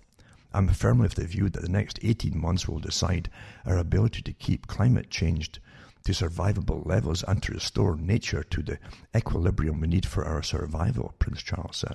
Right? Then it's got a flashback. 2015, Prince Charles gives world reprieve, extends 100-month climate tipping point to 35 more years. That was then to 2015. Well, how come he's back to 18 months again? So he was never good at school, mind you. He was pretty pathetic.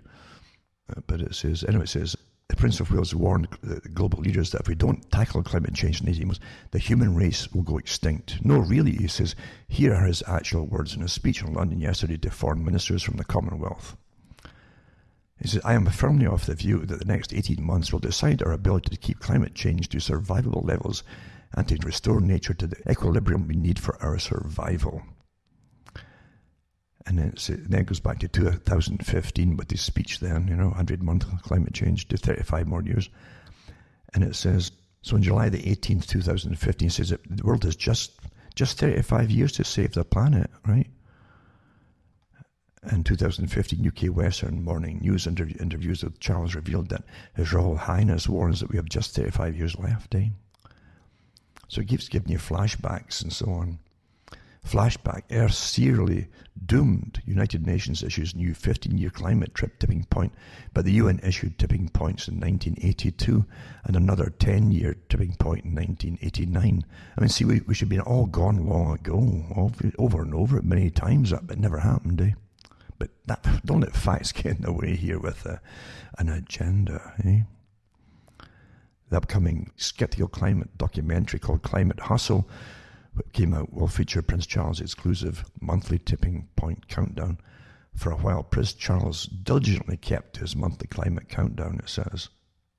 There's been no doubt that unless greenhouse gas emissions reach their peak within about 100 months, just 100 months, it may well be too late to stop temperatures rising beyond dangerous levels, Charles originally declared in 2009. There you go, and he stuck to his tipping point timeline. In 2015, Prince Charles seemed to lose hope. We're running out of time. How many times have I found myself saying this over recent years? Yeah. So these tipping points, as they call them, climate tipping points, have been a staple of the global warming movement for decades. And it gives you other flashbacks. Gordon Brown at the UK mentioning it too. Only 50 days to save the world, he said in 2009. And 2009, NASA's James Hansen, he's famous for it, declared Obama only first term to save. He's only got one term to save the planet. And Hansen declared Obama only has 4 years left to save the Earth, or flashback to 2009. 5 years to save the world. They keep changing it, as I said. They've all had their... Again, this Hansen, too, is quite the fanatic. He's a real, eco-warrior. He used to lead groups down to destroy power plants and things like that. And he was employed by NASA. Yeah. In 1982, Mustafa Tolba, executive director of the UN Environmental Programme, that's the UNEP, warned in May 11th, 1982, the world faces an Ecological disaster as final as nuclear war within a couple of decades unless governments act now.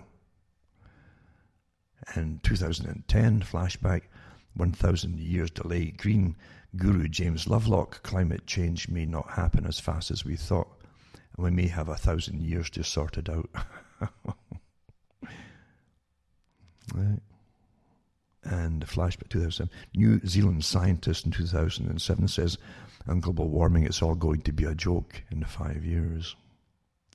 So I'll put these articles up for those who don't realize you've been terrorized most of your life, especially the youngsters growing up. They got this taught this in school. You're all going to die. You're all going to die. Yeah? People are bad. Too many people. And you'll see them in the streets. You know, the Extinction Rebellion, all the rest of it, all funded at the top. The leaders are always funded. It's the followers are the terrorized, useful people. I won't call them idiots because they're not idiots. They're just brainwashed and used. Obviously, that's how bad it is. It's quite something. It really is quite something, isn't it? Then you have this one here too. And it's the Prince of Wales warned global leaders they have 18 critical months to solve climate change and restore the balance of nature, ensuring the survival of the human race. I'll put that one up as well. In a speech during a reception at Clarence House, the Prince said, ladies and gentlemen, I'm firmly of the view that the next 18 months will decide our ability to keep climate change to survival levels and to restore nature to the equilibrium we need for our survival. Well, there you are. I wonder who wrote that for him too. Just 96 months to save the world, says Prince Charles. That's from The Independent. Yep, there you go. See, it's just on and on and on and on. Year after year, sometimes 10 years ago, you're going to die next year, but it doesn't happen. And, you know, terror, terror, terror. But the youngsters got terrorized. Remember reading the articles where they were committing suicide, some of them.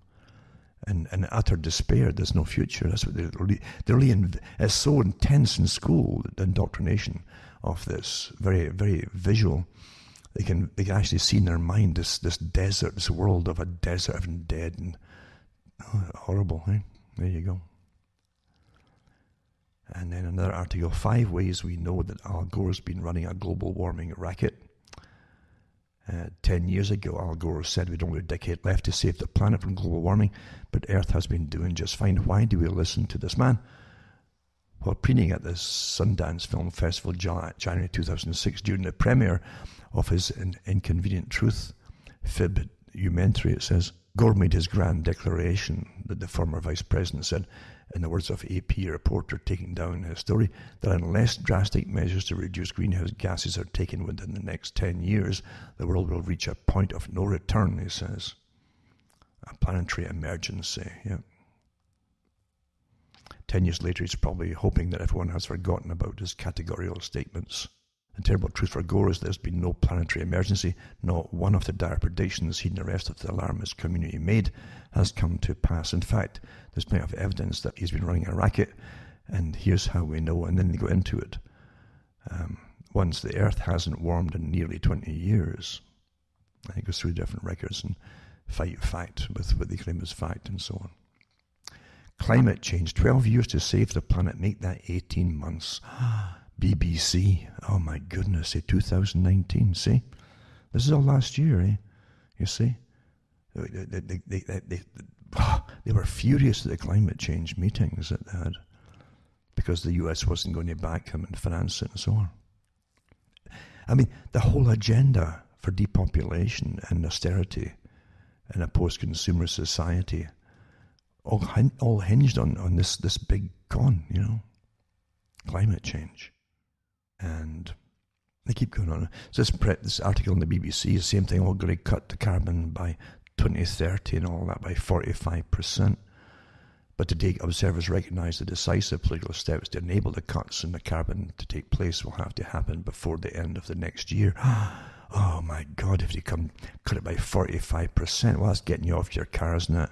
Well, don't worry about them soon too when you can't get gas because of COVID. It's all coming down the pike, Delivers significant results now, the UN General Assembly President calls COP25 climate conference. Yeah, get it done now, he says here, eh? There you go, 2019 again. It's imperative that the COP25 climate conference is underway in Spain delivers significant results now. Tijana Mohamed Bande, President of the UN General Assembly, said Tuesday. So there you go. He said that the consensus reached through the Paris Agreement to limit the rise of temperature to 2 centigrade above pre-industrial levels and efforts to hold to 1.5 centigrade. It's absolutely nonsense. Again, it's the same thing as COVID with the figures and stuff they dish out there. It really is. You can knock them apart so quickly. And this article here too is the future shape of things. Eh? Before I read the future shape of things, I should really mention again, cuttingthroughthematrix.com, right? You can buy the books in this or just send donations and list all my official sites in case I get knocked off anywhere where you're seeing me. And hopefully you can still get the talks then, on Sunday nights. I think I'm on BitChute as well, and you can get me some maybe on YouTube. But things are changing fast because you can't speak out against pretty well anything now that's mandated as an imperative at the top. They're really going after people now. There's only one authority now, or one truth authority on every topic. That's it, from the very top. This is an incredible tyranny. It's actually, I think it's a step beyond the old Soviet system, especially when they're using all electronic media and massive cyber warfare against everybody. I can have timeouts on satellite speed, just looking up newspaper articles, just the articles. No, that's how bad it is. Yeah, they're really hammering you, As I said, they actually admit they're doing it. They've let loose, the articles from a few weeks ago, they've let loose the cyber warfare departments of the military upon the public now, in Canada, Britain and elsewhere, who speak out against the official lines on certain topics. So, cuttingthroughthematrix.com, remember I said a few bucks my way. It really helps because I've got different sites to keep up and cost cash and so on. I want to upgrade things as well because my stuff is old, my equipment. And I want to keep going through this because this is the big one. This is the big war of your lives, folks. And more so than any previous war, this is completely change your life for good. You're not to come out of a war and go back to industry or working. No, this war is the war upon you. That's and the establishment that runs your nations. You can't complain to them because they're the ones doing it, folks. This is pretty unique as well. The coup was long, long, long, long ago. And I've said before, you don't realize that you get the same, in the US especially, you get the election propaganda coming out when it gets election time. You see the flag gets wrapped around every candidate and the songs are sung, their tradition. You don't realize that you're 180 degrees in your views and opinions in politics than you were years ago because it's the same marching songs and everything. It's all symbolic, you see. And it fools you to what you're really watching. What do they stand for these days, 180 degrees around. Even the morality and culture too is 180 degrees around as well. They don't really. You've adapted into it so smoothly you don't even notice it. So this war is going to change everything, and they want to bring you into pre-industrial society. Are you getting the picture? You won't have the energy. Energy for electricity and so on, in a pre-industrial era, folks. They mean what they say. They say that the target of making it healthy is energy of all kinds, so they're going to reduce it and to almost make it extinct in some areas. You're starting to get. They mean what they say, folks. Bill Gates, the eugenicist, and his father, say, and I loved how Bill Gates tried to alter, he did a little clip trying to alter what he said about population control, and how vaccination, he said, can make healthier people, but it may help reduce population. Well, he came out to try to justify that, you see, but a little clip he put up, where he said, he said vaccination makes people healthier, and But no, wait, what he didn't say that, he didn't clarify it properly. What he did not say in it was that population drops, not because of vaccination, you see, unless you're deliberately sterilising them, but population drops in a natural system where the folk are bringing in wealth and buying what they need and so on, a better lifestyle, better health, etc. And then they tend to become materialistic and have fewer children. That's what he did not mention. It's not to do just with this vaccination, unless he does mean that they sterilise people. Huh? But I certainly would not trust that character or any of them by that matter. No way at all. Why would you trust any of these characters? Most of these guys you don't even get to vote for, including Al Gore, eh? Huh? You're getting a picture here.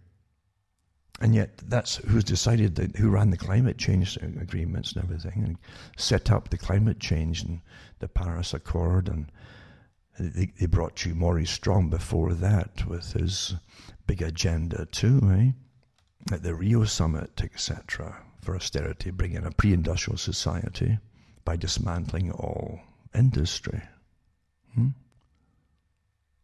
You naughty people enjoying your lives and using the money that you earn for yourselves, for goodness sake. Well, they're going to teach you, aren't they? And they're going to tax it all back from you. And they said in agreements a few years ago, and Canada pushed it too, they said, that when Canada said that, supermarkets and all the producers must increase all the prices of their groceries.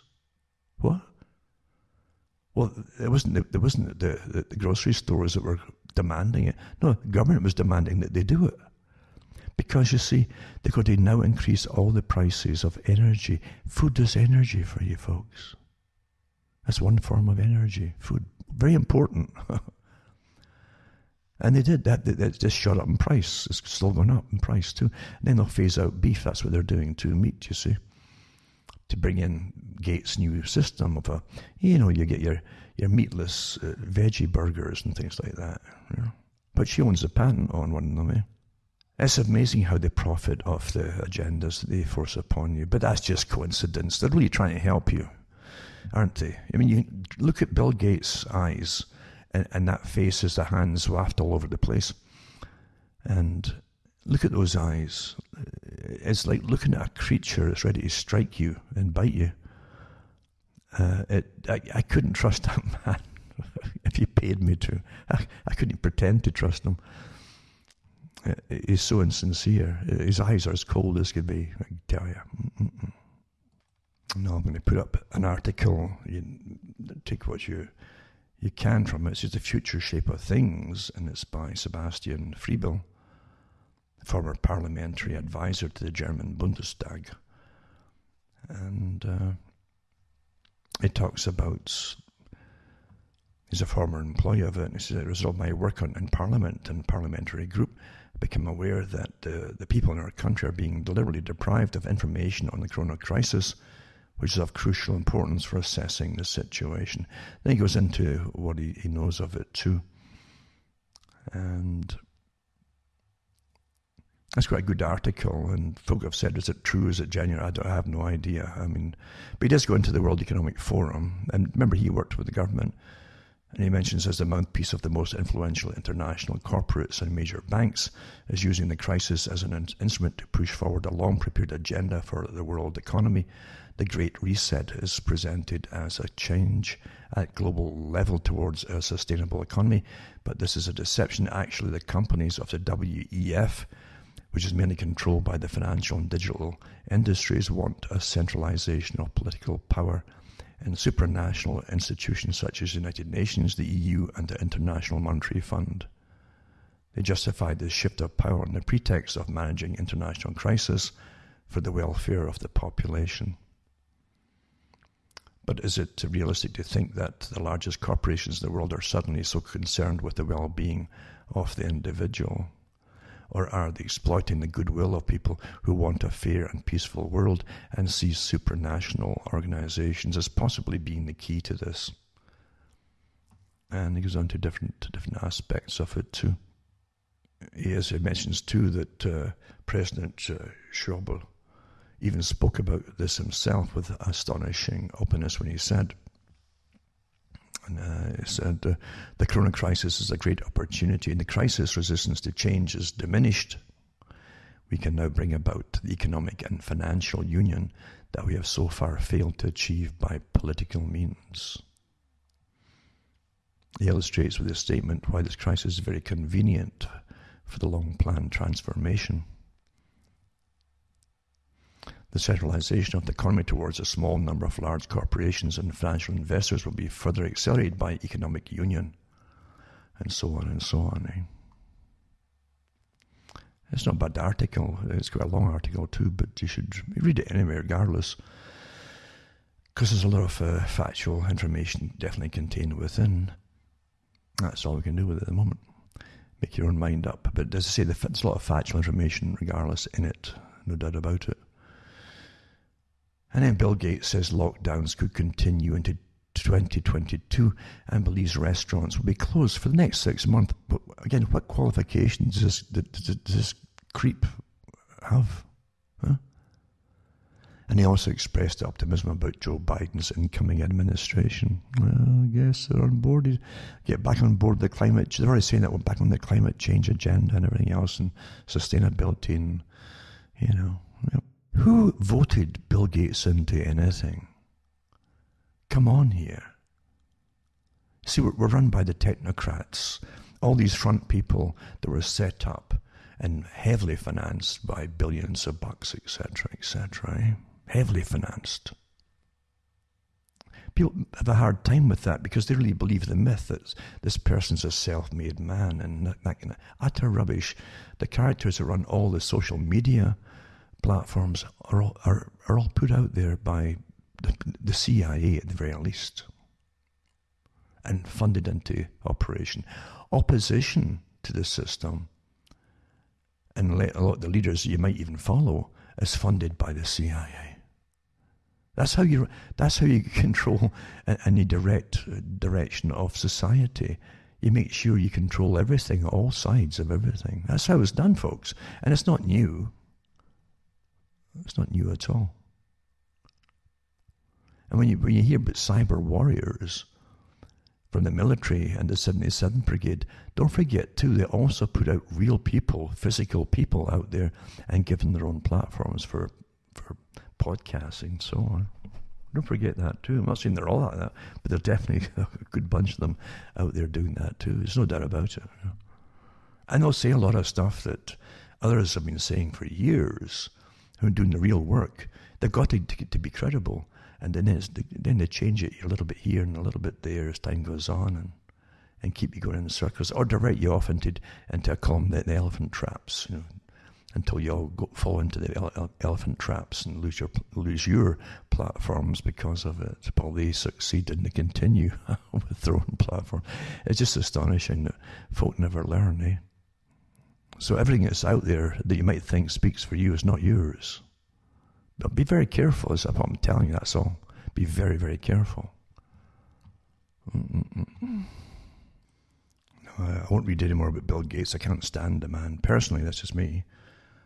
With his insincerity and his background and his history and his dad's history too. There's no way I would ever trust him and could ever trust him. And never mind the fact, follow him in any way at all, because he has no right to decide my life or anybody else's life. He's not a virologist, he's not an epidemiologist, he's not even a first aid attendant. So he's just a front man put there by the establishment as a mouthpiece. And so I've had enough of these mouthpieces. I don't know about you, but I can't even stand the propaganda of the media giving them write-ups. This is disgusting, rather sickening, really. Again, too, as I've said last week, there's no way they would give a vaccine to promote it. Everything you see on television, remember, is fake. Everything is fake on TV. Everything's an act, remember. Even interviews are preordained. They don't even realize that when Kissinger or any of the characters go on these talk shows, they ask in advance. They have agents. Even Kissinger, they all have agents that manage them. And they demand from the interviewer or the company in advance what it's to be about, to talk, what questions they want to ask. I mean, and directly, like, exactly what questions do you want to ask and will you ask? And they come back with, no, don't ask this question or that question or whatever, but yada yada. And they go back and forth and get an agreement before the person comes on the show. And it's scripted, it's directed, and they go line by line as prearranged. Do you realize that? That's always been like that. I hope you understand that. So there you go. That's how it is with these characters. So there's no way they would risk a real vaccine in an elderly woman in their 90s on live television, especially when you've had deaths in the volunteers beforehand and things like that. There's no way. It could wreck the whole immunization program immediately. Sterile water, perhaps, if they gave it. I don't know if you saw it too. One of them in the States there, you saw a male nurse giving another male nurse an injection, supposedly. But there was nothing. The plunger in the syringe was fully down, depressed. Meaning there's nothing in the syringe. It was a complete charade, really, isn't it? To con the public. So that failed, that one. And folk naturally, they saw it. But this is the lengths they're going to lie to you, to make you do something that your body, your brain is telling you no, perhaps. And there's no end to the shenanigans that it'll get up to make you think it's so quite. Even though the data is coming out that folk have died, 6 died in the trials apparently, and with one of the particular vaccines, they've all had problems.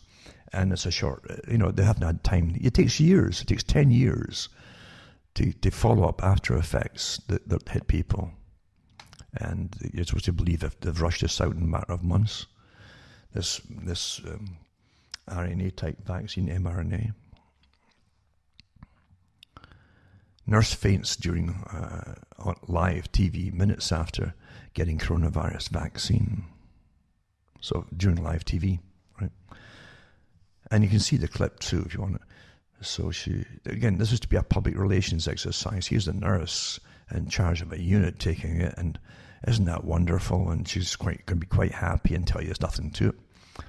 So you can actually see her losing her concentration, getting wheezy and woozy, and then just moving off, and then down she goes.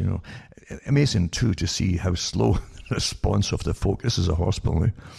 Of the professionals getting to her to get her all, get the legs elevated, all the rest of it, the feet elevated, and as her blood pressure sinks to 0. So she says, all my staff, we're excited to get the vaccine. They should try to follow the script, right? We're in the COVID unit, so therefore, my team will be getting first chances to get the vaccine, Ms. Dover said. And I know that it's really... She says, then, sorry, I'm feeling really dizzy, she continued. So that was 17 minutes after she got the Pfizer-BioNTech vaccine. And down she went. Interesting, too, the BioNTech, it's bio and then N-T-E-C-H, like N-T-EC.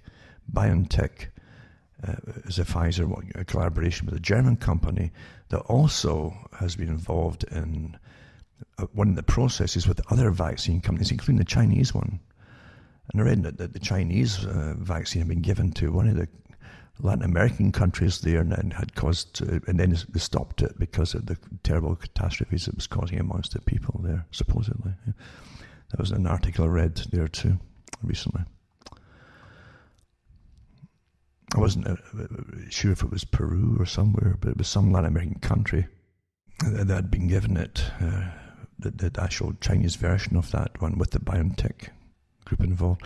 Germany and coronavirus lockdown again, with schools closed and drinking in public is banned. There you go. So Angela Merkel, again, this technocrats, a Stasi inductee when she was a youth, part of the youth brigade, announced a raft of stricter lockdown measures to try to curb a wave of coronavirus infections. After rubbish. You understand? It's all to do with the same. That's why they picked these tests and this particular idea of this virus. That's why they picked this. It's guaranteed to give you false positives. They say that in their own literature. So these aren't sick people. They don't even know they got it. Herd immunity, even if you've got a real virus out there, you end up getting herd immunity by allowing everybody to pass through their system. Most folk won't get symptoms. That's how it's always been. Even with the flu, a lot of the folk don't take the shots. They don't get it. They just got a system that luckily can fight it off very quickly and create antibodies very quickly. So they don't even really have the symptoms of it. Same with coronavirus. So anyway, that doesn't matter. This is an agenda. It all depends on this being believable, and to get this whole agenda through. You can't go back to normal when your government's already supposedly borrowed trillions of dollars, and they're still borrowing to dish out to the public. The value of your dollar, if anything is real at all, right? And we know they've got special magicians in central banks brought in to do magical accounting. We know that, sure they do. But if anything was real at all, that your dollars would be worth, it's like the German mark in the Great Depression when they had the Great Collapse. But you take basketfuls of dollars to get a loaf. If you're lucky, you might get half a loaf, with a full barrel load. That's what happens with inflation, right? This is it, folks. And you can't complain to anybody because the ones doing it are your own governments were taken over a long, long time ago. Completely, that is, you see, taking over. So anyway, here's Germany going the same way with this strange creature, Angela Merkel, that they just keep going forever and ever and ever. There you go. And of course, in winter, in countries that get snow and bad weather, that's when you get folk going in every year with bronchial problems and pneumonias and so on. It's natural. Every year I've got lots of articles saved up about that. But facts don't matter. It's a massive agenda, folks. Everybody's getting labelled as COVID, see, in hospital. Group overseeing $10 trillion, right, called Guardians for Inclusive Capitalism, signs partnership with the Vatican. Right? There's 2 or 3 articles like this. This is the oddest pope, who's completely on board with the elimination of nation states, the borderless world and all the rest of it. And definitely Jesuit, he's on board with the climate agenda too, completely in sustainability. I mean, he's their man, He's definitely their man. And the religious sense of it, and he's got quite a background too, that lots of his own people in his own nation are very suspicious of him too for his background. But anyway, yeah, he's the guy, and he belongs to these groups that are with the top capitalists as well, the Guardians for Inclusive Capitalism. But it's got nothing to do with inclusive or helping. It's all doublespeak, isn't it? The council says its formation signifies the urgency of joining moral and market imperatives, to reform capitalism into a powerful force for the good of humanity, according to a release published Tuesday. Under the moral guidance of the Pope, it says it invites companies of all sizes to harness the potential of the private sector to build a fair, more inclusive and sustainable economic foundation for the world. Well, that's exactly what Klaus Schwab said as well. A fair, more inclusive and sustainable economic foundation. Just coincidence that, though, And get this, the council is led by a core group of global leaders called the Guardians for Inclusive Capitalism. Yeah. This group, who you have likely never heard of till today, apparently meet annually with Pope Francis and Cardinal Turkson. I remember I've seen it before. And it represents more than $10.5 trillion in assets under management, companies with over 2.1 trillion of the market capitalization and 200 million workers in over 163 countries. There you go, eh?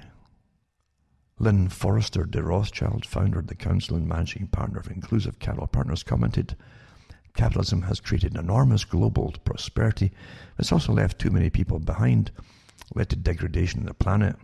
See here, sustainability is not widely trusted in society. The Council will follow the warning from Pope Francis to listen to the cry of the earth. The cry of the earth, and cry of the poor, and answer society's demand for a more equitable and sustainable model of growth. Sounds like a fascist kind of socialistic communism to me, you know. Isn't that what it is, really? More efficient technocracy. Huh? And it's got a list of the people in it, and yeah, Lady Lynn Forrester de Rothschild, there you go, founder and managing partner of Inclusive Capital Partners. Yeah, there you go. I tell you. Yep. You couldn't make this stuff up, eh? One of the first US Pfizer COVID vaccine recipients has serious reaction. Yep. A healthcare worker in Alaska being closely monitored in the hospital after the worker suffered a serious allergic reaction to Pfizer's COVID-19 vaccine. Hospitalized with anaphylactic shock comparable to similar reactions reported in the UK.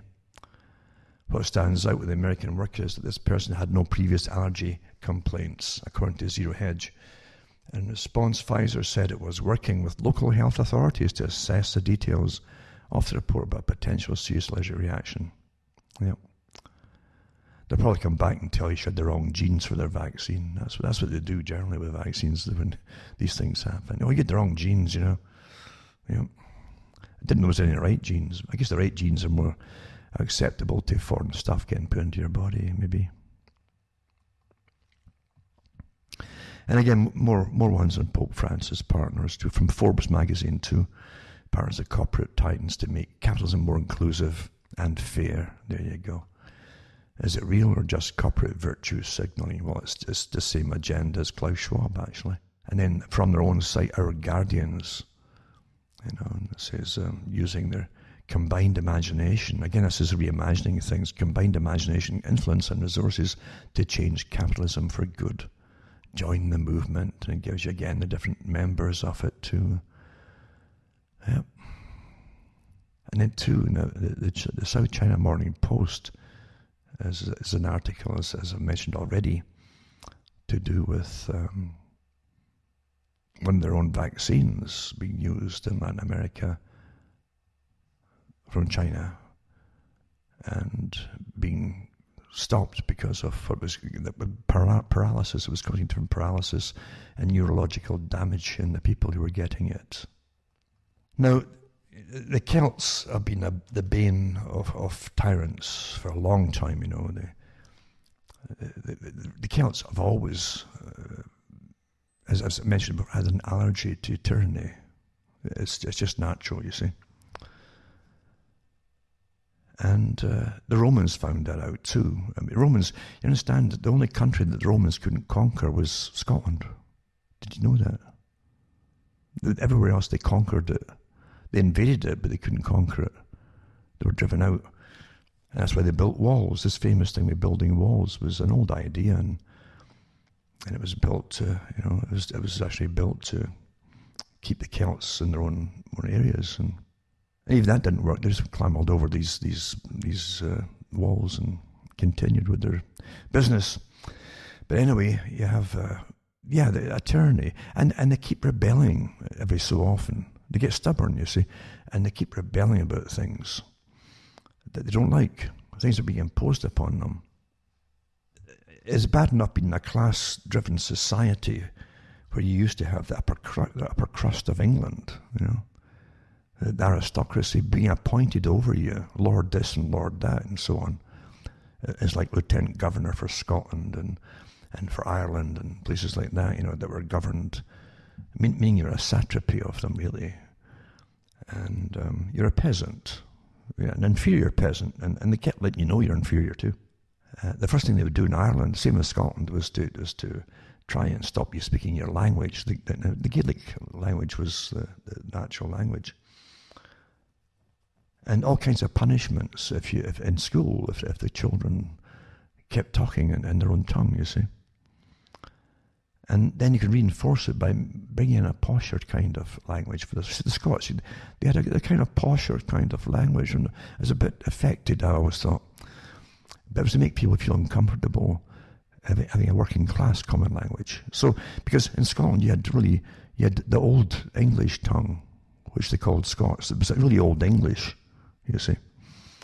And it came when the Normans invaded England. Lots of the English folk, the Saxons and so on, moved north into Lowland Scotland to try and get away from it all. And they brought with them the old language, you see, of the old Anglo language, the Celtic, the English language, or Anglo, and the Germanic tongue as well. It was a mixture, Anglo-Saxon, and that became merged with the Scots tongue, and you got the old Scots tongue that wasn't Gaelic. So there's three languages. There was Gaelic, the old Scots tongue, and then you'd had to learn English in school so the teacher could understand you. So that's what you had.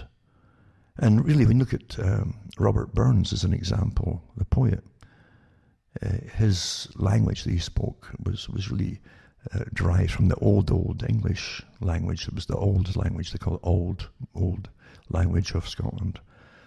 But no, it wasn't Gaelic. But what you got with upper crusts that looked down on you, it was to mind your place. A common expression, mind your place in the class system. And hold your tongue was a common thing you were told to by your betters. And just shut your face. That was to stop talking, shut your face. Well, I've done it now with masks. It's astonishing. I've done it in Scotland with Sturgeon. And I've done it in Ireland. Irishman is sentenced to 2 months in prison for failing to wear a face mask. So now they're jailing them, right? So he's definitely been shut up. So you've been made to shut up, see? But again, he's got an allergy to being told what to do and wear this silly bit of paper. While traveling to his uncle's funeral, that's when they got him, despite claiming he was medically exempt. So Andrew Heisman travelled from Dublin to Knock in the Republic of Ireland on July 14th to lay his relative to rest when he was asked by a bus driver to wear his mask properly. The Garda police officer Thomas Bounds told Castlebar District Court that Heisman was wearing his mask like a hat. Well, why not? And refused to follow orders to cover his mouth and nose. Well, that's quite natural. See, your nose is meant to breathe with, and any obstructions won't impede your breathing. That's why you're not born with a mask on or a flap there, you see. You understand how everything is completely crazy? You've been told to suffocate yourself wearing a mask. So he told the authorities he was medically exempt and that under data protection laws he was not legally required to provide evidence of, having a problem and being medically exempt. Despite protesting the charges were trumped up, Heisman was convicted under the Health Act of 1947 and now faces 2 years in jail. Yeah. So, as Judge Fiona Lydon, Heisman said his behaviour had been totally inappropriate, with the judge asserting she was satisfied that all of the ingredients required to secure conviction had been satisfied by the state. So there you are. There you are. This is the kind of nanny judge you get in a nanny state. And that's what everything is now. They're all nanny states now, aren't they? Yeah. They don't really believe in a democracy in nanny states. So I'll put that there. So there you are. Shut your face. There you go. Wear that mask, I'm telling you. And the WHO experts, like communists, WHO, urged Scots to wear face coverings when visiting family and friends over Christmas. Well, I don't know. It's a risky festive period this year. Risky, they say. Yeah?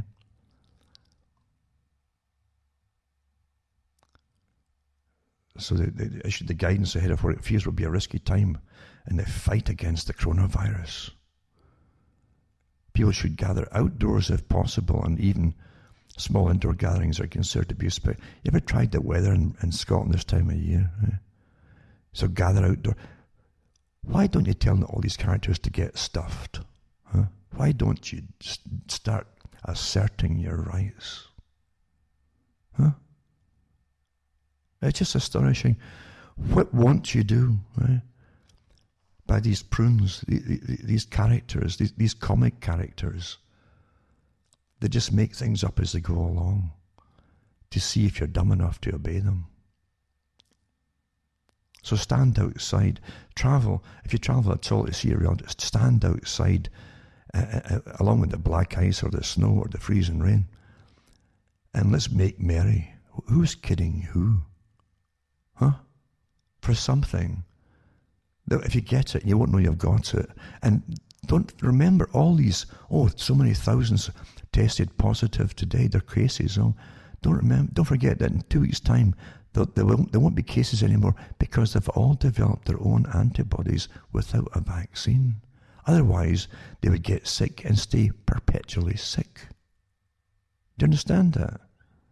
When they say cases, they don't stay as a case. You get over it. You probably never had any symptoms of it, but these swabs, they detect particles and get spun and amplified to produce more and more and more of them. We'll say, you might have the virus. Well, in 2 weeks' time, if you get your test negative, they can only test negative in that case after getting it if you've developed antibodies. So up until now, say about 2 weeks ago or a month ago, all the thousands have done positive, so we'll obviously have antibodies now. But let's not talk facts here. Where's that come into this stuff where they're telling you to put obstructive material on your mouth and your ear passages?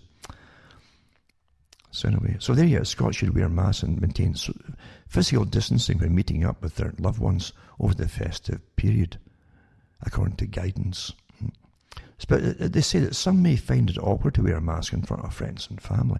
It is awkward, because when you start to eat all that Christmas pudding and that, it gets all sloppy and mushy on the mask, and then it crumbles and turns into paper mache. Goodness sakes, eh? There you go. So this is your...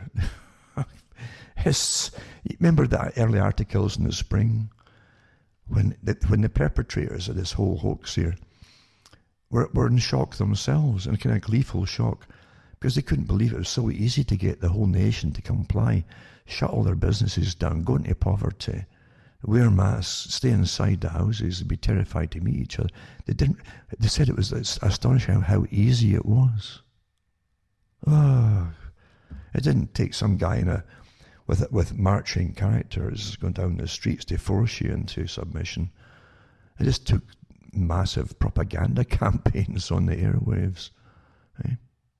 Another one too is to do with warp speed. Again, I'll put this one up again. This is from December the 1st of it. It's worth reading again for those who haven't done it already, just in case you haven't. John Whitehead's commentary. Warp speed ahead. COVID-19 vaccines pave the way for a new frontier in surveillance. It goes into the fact that everybody who gets the shot then gives a number and you're traced and tracked for maybe years, actually, to see how you're part of the experiment. They haven't done long-term surveys and trials, so you are part of the trial, no doubt about it. And they want to know and monitor you if any health changes and what they are the permanent and etc., you see. But it's a good article, and they say that you don't have to dig very deep or go back the nation's history to uncover numerous cases in which the government deliberately conducted secret experiments on an unsuspecting populace, making healthy people sick. And there's got the links to it, by the way. All the links, they're declassified stuff. By spraying them with chemicals, injecting them with infectious diseases, and exposing them to airborne toxins. There's lots of documentaries that were put out too on it. You actually see them doing the experiments. And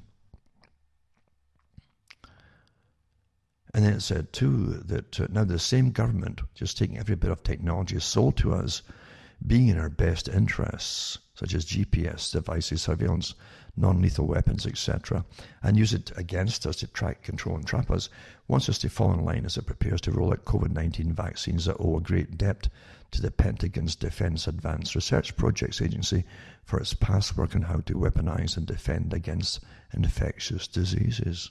And the link to that one is there too, for those that want to see it. It's from the drive.com, the war zone. DARPA's virus-carrying bugs aren't officially weapons, but it sure sounds like they could be. This is the article. And it says the Trump administration, by way of the National Institute of Health, awarded $22.8 million to 7 corporations to develop artificial intelligence, AI, machine learning, etc., with smartphone apps, wearable devices, and software that can identify and trace contacts of infected individuals, keep track of verified COVID-19 test results, and monitor the health status of infected and potentially infected individuals. So there you go. It goes on and on and on.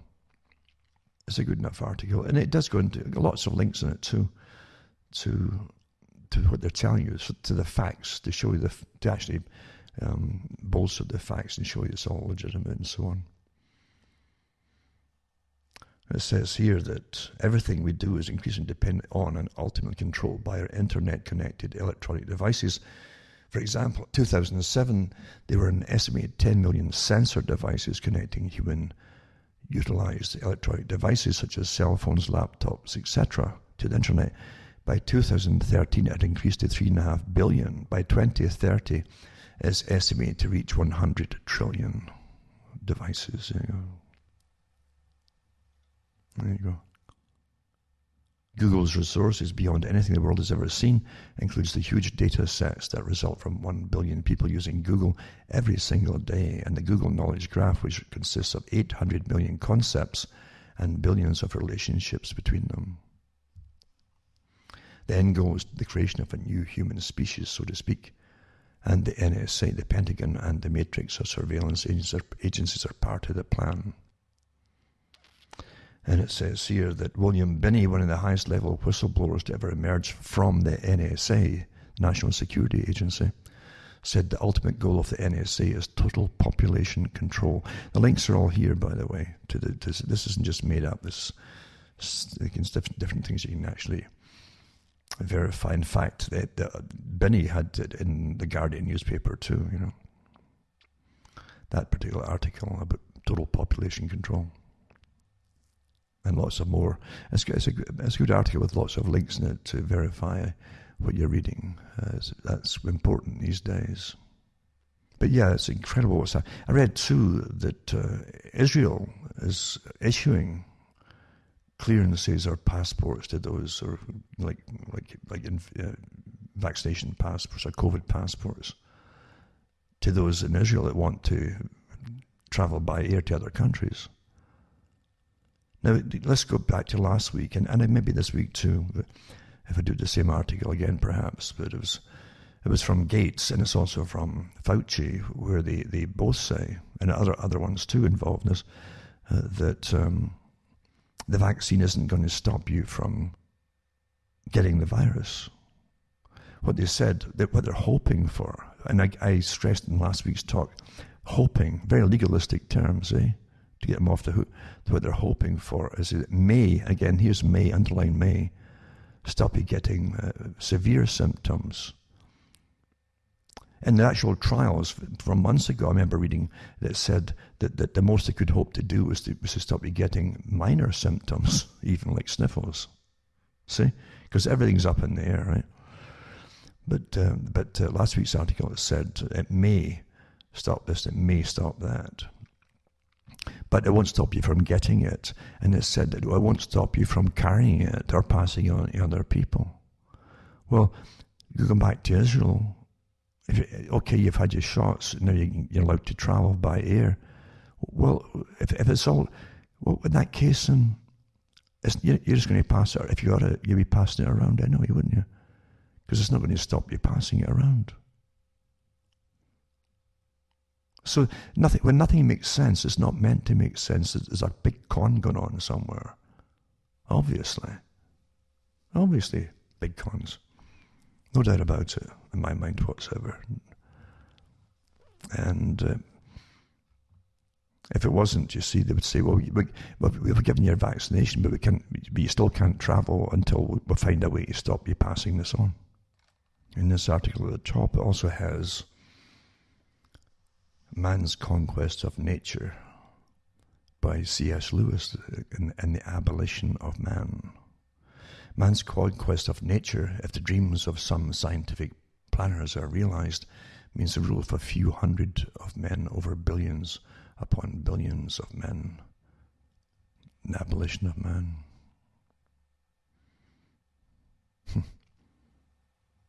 It's kind of like what Kissinger said a few years back too. And Brzezinski, I think, bolstered him up on it too, or backed him up on it, when he said that at one time it was armies. It could take millions of men and keep other many, many millions under surveillance by traditional means and rifles and bayonets and so on. And it wasn't really practical. But he says it was easier to do that than kill them all, you see. Because they didn't have the ability to just kill a whole multi-millions at once, a single blow.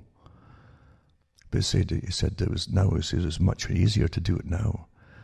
He says rather than have controlling millions of people, it's easier to eliminate millions than control them. These are the monsters that you're taught are somehow they're just born into these capacities as overseers. You don't vote for them. Everybody quotes them, everybody talks, everybody listens to them and obeys them. But they're never elected into any kind of office by the people. This is the deep state, you see. And the folk don't even know that. They just, Kissinger, oh yeah, he's a famous man, you know. Who made him famous? Famous for what, you know? And that's how it's done, folks. And Brzezinski, of course, was picked up by him and others too, to continue the work and say the same kind of things. Denmark widens the lockdown after record COVID-19 infections. You got to read it too, the article, before you way down until it tells you that it says more than Denmark holds a record for doing more tests than anybody else. Right? So more than 110,000 tests were performed, it says. That's why they've got these supposed new cases, not infections. And I get how many of them are false positive. I tell you. And this is the big one too. It's just in the spring, I remember them saying, because there was debates even then from folk who understood virology, talking about, well, they can't make a vaccine for it because there'll be so many strains, no time at all. You can't get a vaccine, you stop it. Same with AIDS, you see. Yeah. That's why they don't have a vaccine that would stop it. There's so many varieties and strains of it now. Same thing here, and it says, a mutated strain of the coronavirus that caused COVID-19 currently circulated in the UK is unlikely to affect vaccine effectiveness, experts say. They already have a stack of them, maybe a dozen or more, maybe even a couple of dozen different strains already. But they're talking about this one, it's like there's only one, because obviously it would negate the whole usefulness of the vaccine industry in this particular endeavour, because why would it all? What they say, there might be a crossover effect. That's what they tell you the flu shot. Well, it's a different flu strain, but there might be a crossover effect. This is highly scientific and accurate. There might be a crossover effect from that flu variation to the next flu. So it might cover you. They can't prove it because they never do follow-ups, but they say it might. Well, it's the same with this. You say, well, it's unlikely to affect the vaccine effectiveness, experts say, even though it's a different strain of the coronavirus. Here it goes. It's amazing too. How have they identified? Tell us how they identified it. That'd be awfully important. They had a hard time even getting the previous one. You say so. And generally, see, if a virus starts to mutate into different strains, you get a whole stack of lesser ones. And if you get immunity to the lesser ones, but never know you had it, that gives you your supposed immunity to the further ones, the so-called real crossover effects, folks. if the basic material, most of it is much the same, you see. So, but again, they're going to really play this up and terrify the people because they're again losing interest. And the folk aren't just getting sick fast enough, you see. Brexit Day 2020. When is the UK due to leave the EU and how will it happen? It says by the Telegraph. Well, again, don't forget, I started off talking about sustainability and the climate agenda because you see, they were furious last year. They told us they were furious in newspapers because people were pulling out of it. The US pulled out of it. That's a lot of funding too for them. And other folk were starting to ignore it. And they said, well, what needs something drastic to get it back on board, you know? And, well, they brought up COVID. That's the next step, you see. And they get done much quicker with COVID than just trying to persuade us through agreements and cutting us back on prosperity and take more of our money from us into essential necessities like food and accommodation. That's what they said under sustainability. We'll have to take more and more away from there so they have less money to spend on other goods, etc. Huh?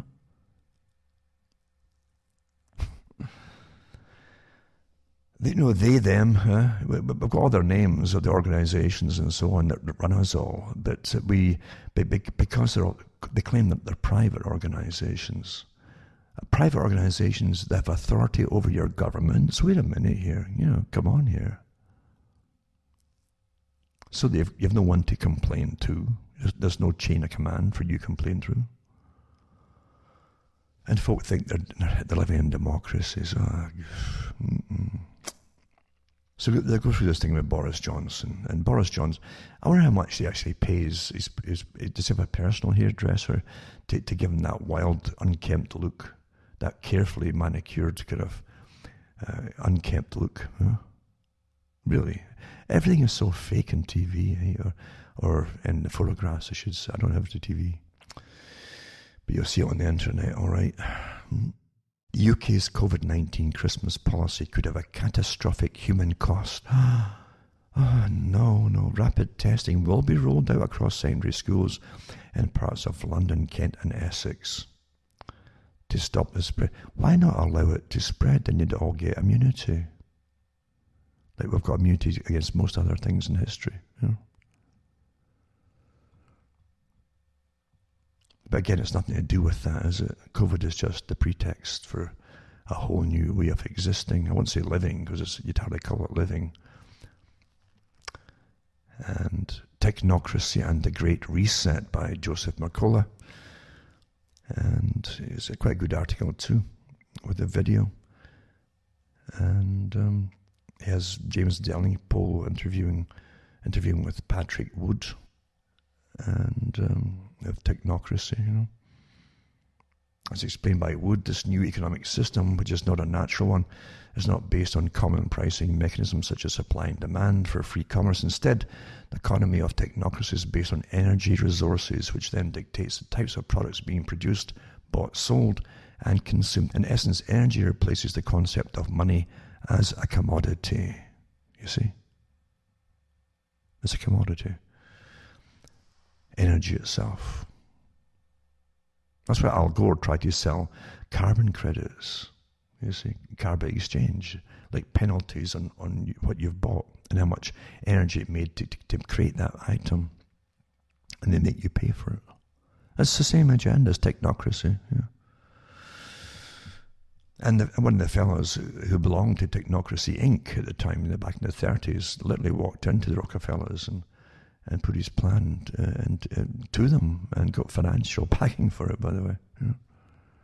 Some of the richest characters that you know today, they're prominent and fairly new stars. They make them into stars in the who's who industry. Their grandparents were members and founding members of Technocracy Inc., some of them. Well-known names today.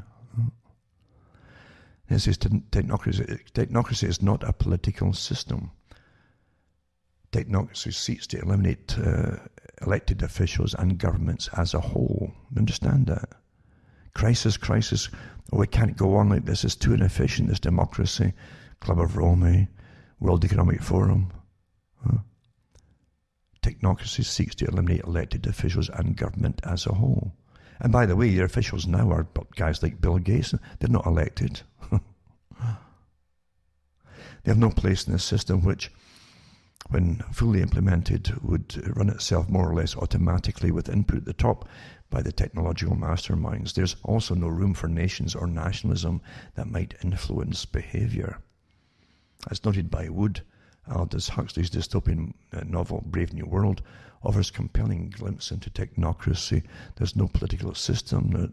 It's all run by engineers and scientists and the algorithms they create, as noted in the description for technocracy, the hard road to world order. While the technocratic plan has been underway for decades, things have been rolled out in rapid succession this year. If you formed the impression that we're all suffering from some sort of boiled frog syndrome, you'd probably be right. Self-evident rights have been stripped from us, and people have more or less grown to accept situations that would have been unthinkable a year ago.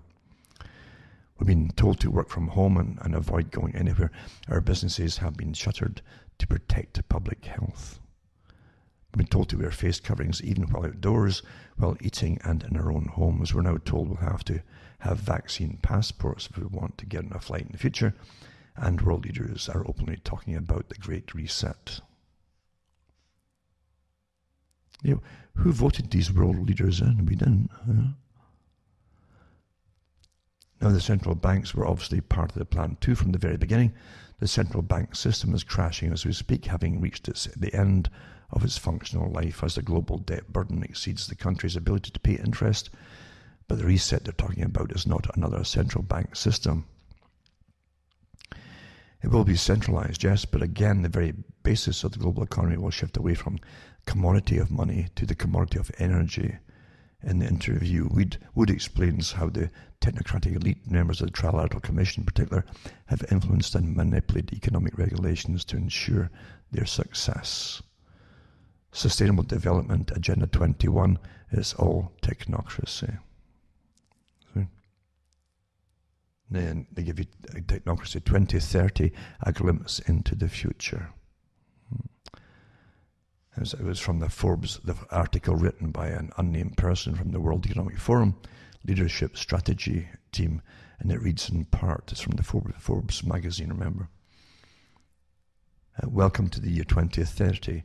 Welcome to my city, or should I say our city. I don't own anything. I don't own a car. I don't own a house.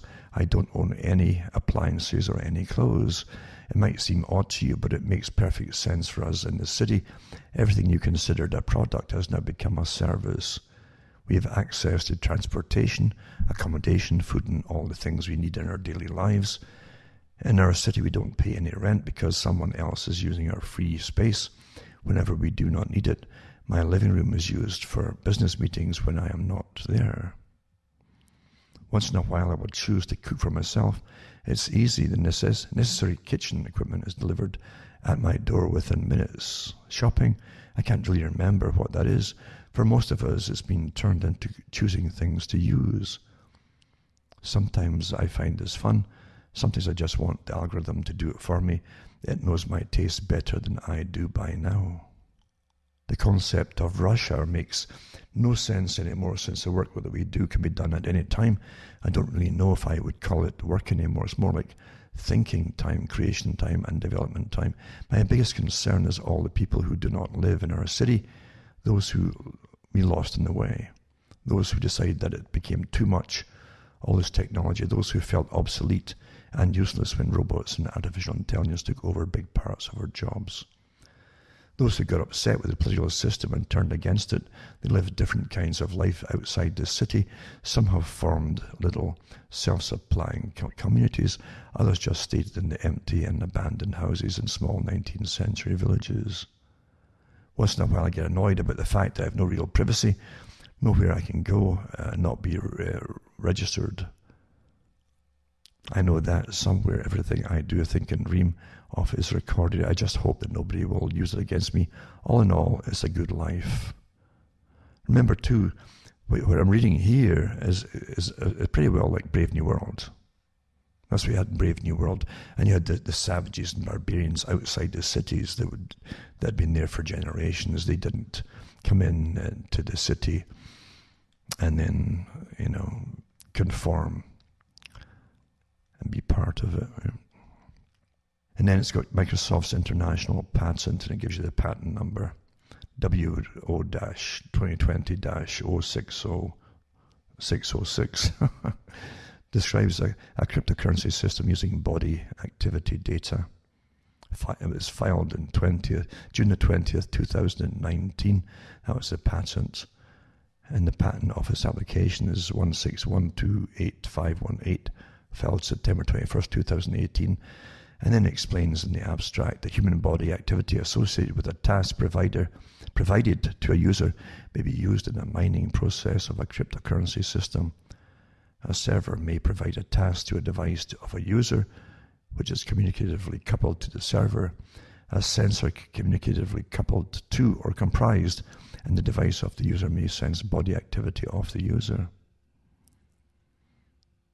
Data may be generated based on the sense body activity of the user, and cryptocurrency system communicatively coupled to a device the user may verify if the body activity data satisfies one or more conditions set by the cryptocurrency system and award cryptocurrency to the user whose body activity data is verified. It would turn basically the human beings into robots, and it'd be part of the answer of how you will survive in the future, making a living in the artificial intelligence, tech-driven, cashless world of the future. And people will be brought down to the level of mindless drones, spending their days carrying out tasks automatically handed out by, say, a cell phone app in return for a cryptocurrency award. Then goes into who are the technocrats, and so on. You cannot simply join the Trilateral Commission, is one example. They select their own members as invitation only. A list of the members as of 2020 can be found on freddonaldson.com. Well-known names in the U.S. Trilateral Group include David Rockefeller, Henry Kissinger, Michael Bloomberg, and Google heavyweights Eric Schmidt and Susan Molinari, Vice President for Public Policy at Google. Recognizing the necessity of the media, there's also David Ignatius, columnist for the Washington Post, David Sanger, Chief Washington Correspondent for the New York Times, and Gerald Seib, Executive Editor at the Wall Street Journal. And it gives you an interesting list, it says, of people and organizations such as the Club of Rome, the Aspen Institute, the Atlantic Institute, the World Economic Forum, and the Brookings Institute, and other think tanks, and so on. Good enough article, though, for those who want to peruse it and go through the information to show you that nothing's happening just by itself here. And it's a big operation with all these different factions and organizations involved in planning and implementing any future. Now, technology really is not your friend today, unfortunately, and it's inevitable, because if anything can be done, whatever it is, it will be done. It's like weapons. Yeah, if they can be made, that they will be used. That's what happens. And same with technology. You're not living in a society where you really do have rights and there's decent human beings running the show. You're run by tyrants, really. Many with degrees. I mentioned that last week too, about demonic professions and things like that. How they go into that's like demonic possession of people. It might encourage them into these professions, or they may already, or maybe they become possessed once they go into them. When you really know what the characters do in some of these laboratories and how they chop up different things and analyze them, and they think nothing of it, literally nothing at all of it. They feel nothing. They certainly don't feel any sorrow or guilt or even repugnance. They're psychopathic, And the ones who design viruses and bacterium and funguses and so on for warfare purposes, would you want to get into the headspace to figure out what they think about during the day? It would surprise you how cool and calm they are. Because they are psychopaths. There's no doubt about it. They are psychopaths. I've no doubt. They can kiss their wives goodbye in the morning, their children, and come home and do some clipping in the garden or whatever, and other hobbies and their interests. But if it came to guilt, if you ask them guilt about anything, no, not at all. Because psychopaths cannot tolerate and will not tolerate frustration and anxiety. It doesn't happen. It's part of the signs and symptoms of the psychopath.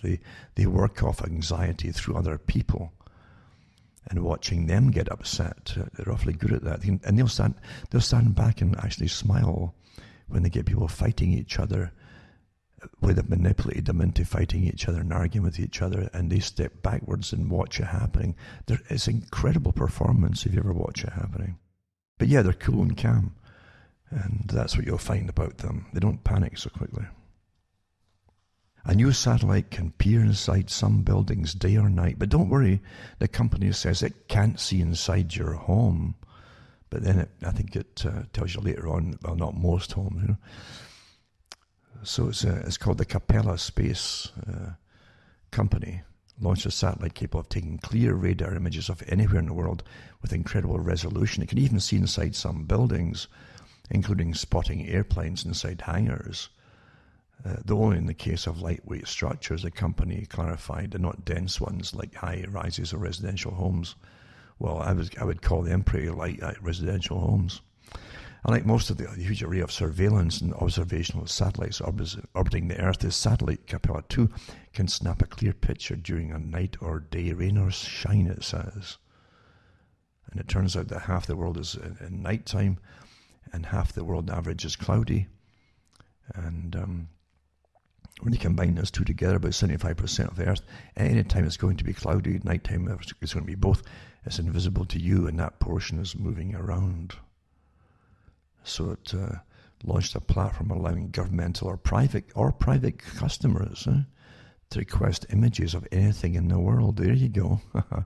A capability that will only get more powerful with the deployment of 6 additional satellites next year. Is that creepy from a privacy point of view? Sure. But Banazza Day, as the name says it is, also plugs numerous holes in the way scientists and government agencies are currently able to monitor the planet. So there you go. And what can you say? It's going to get worse and worse, obviously. And again, I'm going to put up once again the scenarios for the future of technology and international development. Rockefeller Foundation, right? That's the one from 2010 that had the lockstep in it, where they went through the whole... Incredible how they set up technocracy. The Milner Group, the Royal Institute for International Affairs,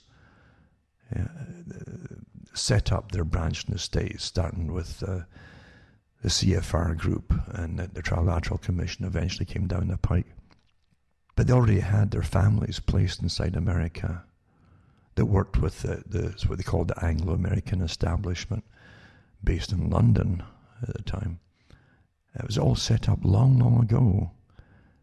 And it was Lord Earl Grey, who was the official representative for Britain at one point, who was chosen to come over and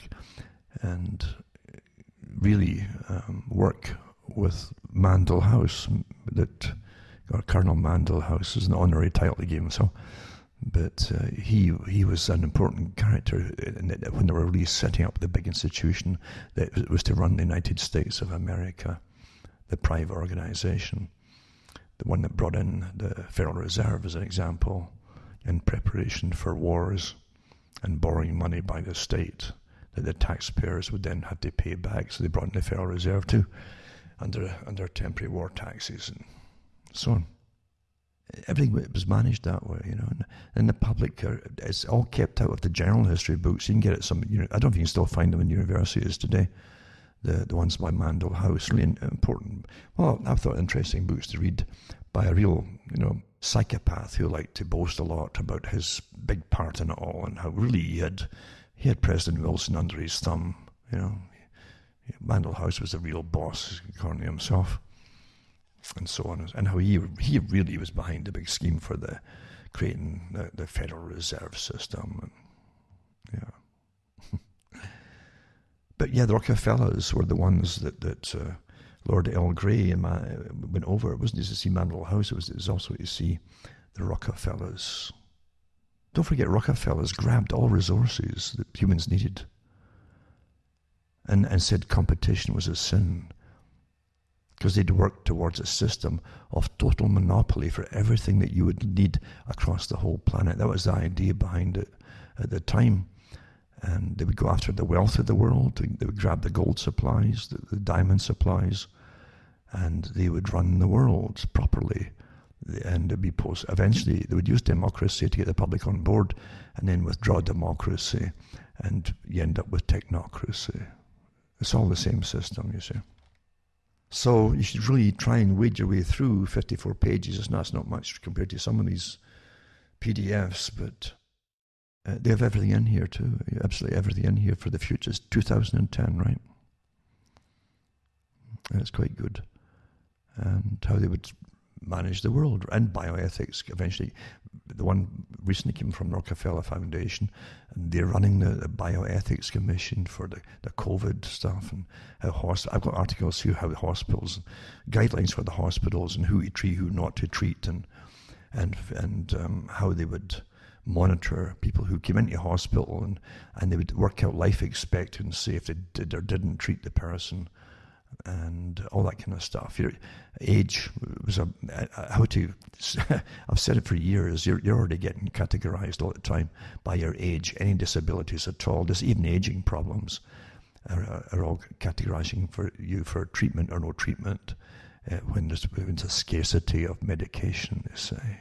These are official documents put out to all the hospitals in the States and Canada and elsewhere, of course, because we're all on board together, aren't we?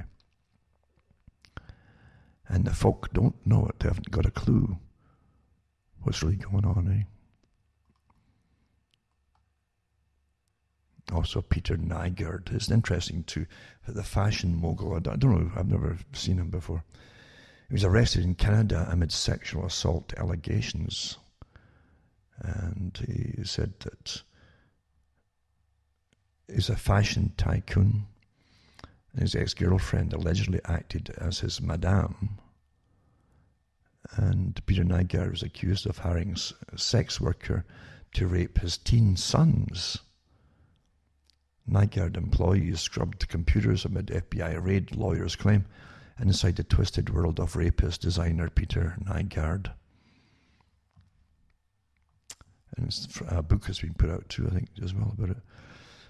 Anyway, a 79-year-old Finnish-born designer and businessman whose women's apparel company was headquartered in Times Square in the States is accused of fueling his near-daily need for sex with victims as young as 14. So he's living in Canada. He was nabbed in Winnipeg on Monday at the request of the U.S. feds. Manhattan prosecutors had been investigating the grey-maned magnate at least since February, when they raided his headquarters after a slew of women sued him for alleged sex abuse. And the allegations go back as far as 1995.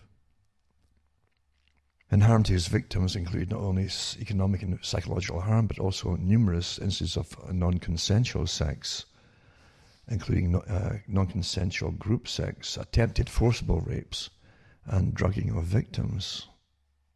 And of course, they lured in the young females to put them in the payroll as models and assistants and so on. It says, yeah.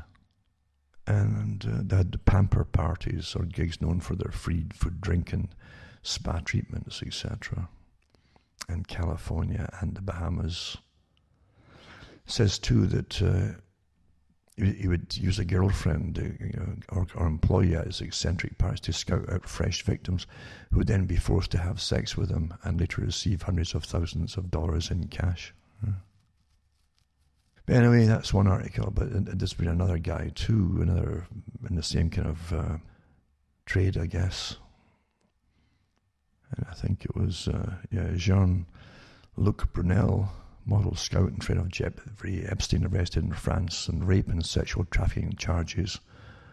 And that's December 17th, New York Daily News. So they're definitely going after some people. I don't think these stories even grab people anymore, because we're living in such a degraded society now anyway.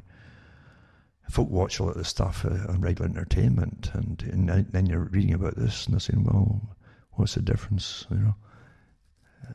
I don't think you can shock people so much.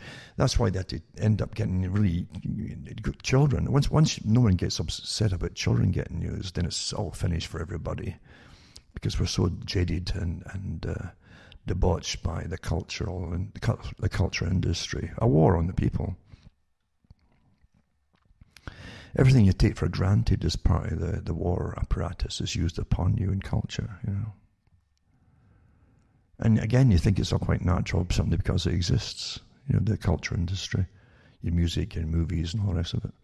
It's all managed the same way, you know, for different purposes than you can possibly imagine. And to keep you living in the land of the muses. You know, you're amused. And the muses, of course, were magicians to an extent too. They had magic and techniques they could use upon you to lull you into situations and states of mind that perhaps you shouldn't be in either, you know, not just the nice ones and pleasant music and so on, but they could actually hypnotize you into a kind of where you wouldn't even deal with things that you'd be completely defenseless, put it that way. And so the article here goes into this Brunel being arrested and so on, and it says that he's accused of applying Jeffrey Epstein with new victims, so he's one of them that's applying him, and reportedly been arrested by authorities in Paris on charges of rape. This went on for years and years, back in the 90s. I remember there was a good documentary put out in Canada years ago on the model industry, and it did follow some of these recruitment agencies for models, and you saw the same characters. I'm surprised if Epstein was one of them, but you definitely saw the same characters traveling across the world. They had all these competitions all the time for by these model agencies, and you would see the same guys acting as judges.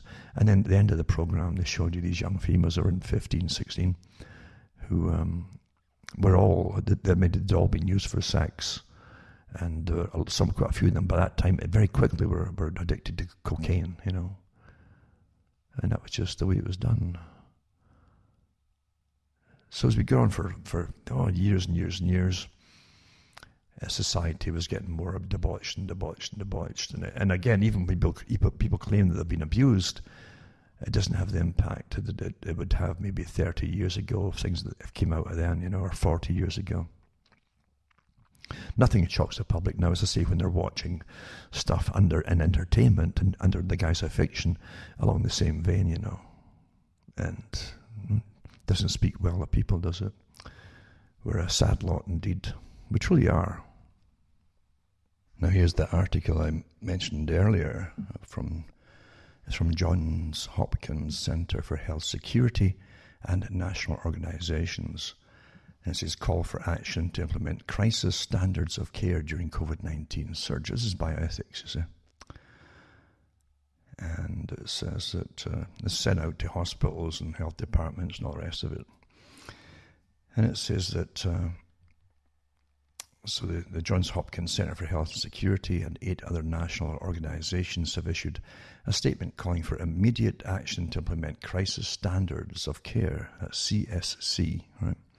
During the current COVID-19 surge. By the way, they've had these standards, some of them already long before COVID, but what it means now is they're vamping them up, adding to them, and it's going to be permanent eventually. See who you treat, who not to treat, regardless of what the problem is. CSC occurs when healthcare resource shortages, such as staff, hospital beds, and medications, are severe enough to require a change in conventional standards and processes care. Many hospitals and localities are experiencing such shortages now. When limited resources require tough decisions, CSC plans to ensure the most good is done for the largest number of people. It's situation ethics and so on.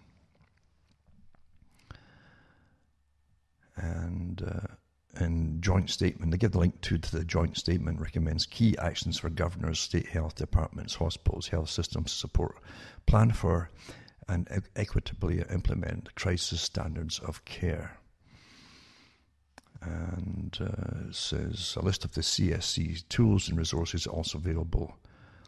And they tell you that so that they lay it out for you where it's going to go and so on, who we treat, who not to treat, and all the rest of it. All the links are on this article, and I'll put that up for those who want to peruse it and see what's already been planned pretty well, and where it's all supposed to go from here, basically.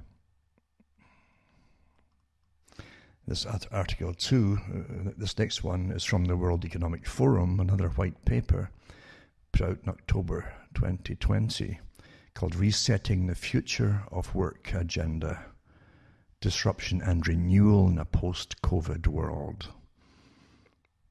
And it's with different parts of it. Resetting the Future of Work Agenda, transform organization design and work design, empower an agile and distributed workforce, explore hybrid working options, pivot to remote working, redesign the workspace, align new technology skills, embrace technology for business transformation. This is your whole 5G rollout for monitoring and etc. Integrate reskilling and upskilling, cultivate health and well-being, safeguard physical and mental health, and consider total well-being. That's a big one, actually, well-being, because wellness is what they also call it, right? Because there's ways to treat you, even psychiatrically, if you're not happy enough under terrible conditions. That's all part of that too. Enable safe return to the office, build human-centric leadership culture, empower local leaders and improve communication. This is your NGO groups and some coming into it. Your new apparatchiks, in a sense, you call them. Enhance employee listing and enable human connection. Re-emphasize diversity, equity, and inclusion. Again, all this meaningless drivel. Embrace stakeholder capitalism, protect workers, reimagine, just like reimagining education by Bill Gates, reimagine layoffs, right? Responsibility, integrate gig workforce, GIG workforce. So integrate it, a call to action, etc., etc. No one voted in this private club, the World Economic Forum, but again, you can see it's part of the deep state, obviously, working with the climate agenda too, and sustainability. It's all the same agenda, exactly the same agenda, folks, with different faces on it to fool the public. That's what it's all about. And most folk never figure it out. But I'll put it up for you, for those who want to go look through it. It's a PDF. And some folks do like to just know things like that, right? Bill Gates' family eugenics in COVID-19. Can't fully understand Bill Gates until we know about his and his father's agenda to depopulate our world. A lot of the stuff is stuff I've talked about for years, about Bill Gates and the agenda, eugenics and all that. And Sir Francis Galton, all the stuff I talked about years ago, etc., etc., etc. But if you want to go through it, it's up to you. And also, this is a weird one. And it's pro-death group, right? Pro-death groups. It's euthanasia. Recruits Satanists in an attempt to take over Canadian pro-life palliative care hospice. This is mainstream news, eh? And it's in a couple of articles. And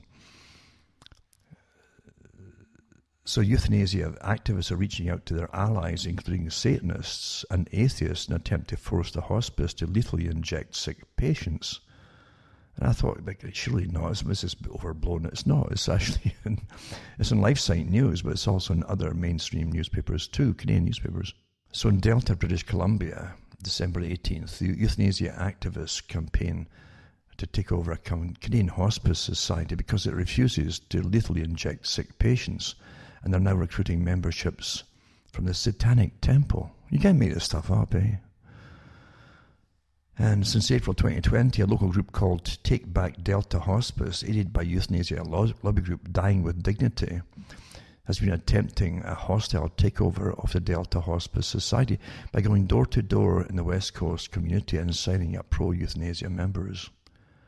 As part of a relentless campaign by euthanasia activists in the province's National Democratic Party government against the Hospice Society that began shortly after Canada legalised euthanasia in 2016.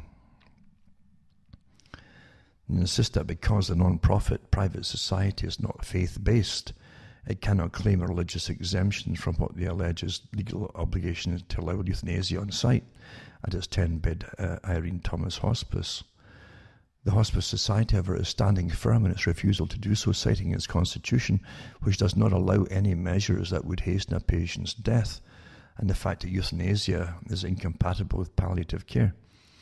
In response to the takeover attempts, the Delta Hospice Society launched a nationwide membership drive asking pro-life Canadians to buy $10 membership to the society. With a majority of pro-life members, the private society can then vote to amend its bylaws to stipulate that individuals who support euthanasia are not eligible to join. And it goes on and on and on, but you can see how they're trying to do it. They can actually, if they get from the Satanic Temple, they can see it's faith-based, you understand? It's one of them too. One of the reasons they're doing it. And I find out from the mainstream newspapers, it tells you that most of the members of it now don't even live in Delta now because they've gone way outside the area, you know. I tell you, you can't make this stuff up, can you? The times in which we live, indeed. I wonder if they'll put all this down in the history books. I wonder that part of it or not. And Scotland too, again, Nicola Sturgeon, travel ban for the people. Just like they fought for centuries to get freedom and then end up giving it all away to communists under the guise of Scottish nationalism. Oh, isn't it an amazing one, eh? It truly is. That's how communism always got into countries. They would foment, they would get in and infiltrate and stir up unrest, and or if there was already on the go, just like the unconventional warfare tactics of the Department of Defence.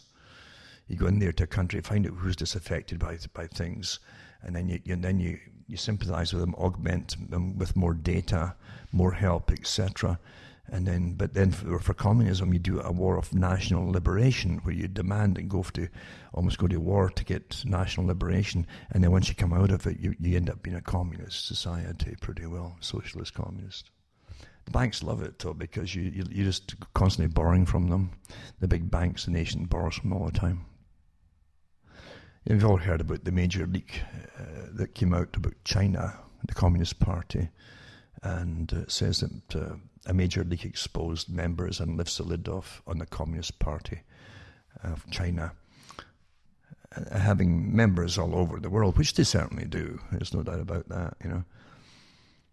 This is containing a register with the details of nearly 2 million CCP members.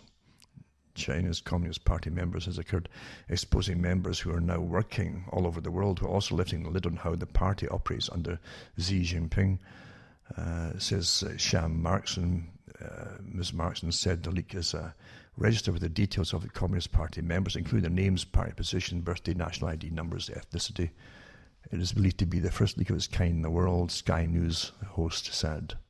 And so they've got communist infiltration into all different parts of the country, in Australia and the rest of the world too, mind you, allowing infiltration of those companies by CCP members who have called on or answerable directly to the Communist Party, to the chairman, to the president himself, she said.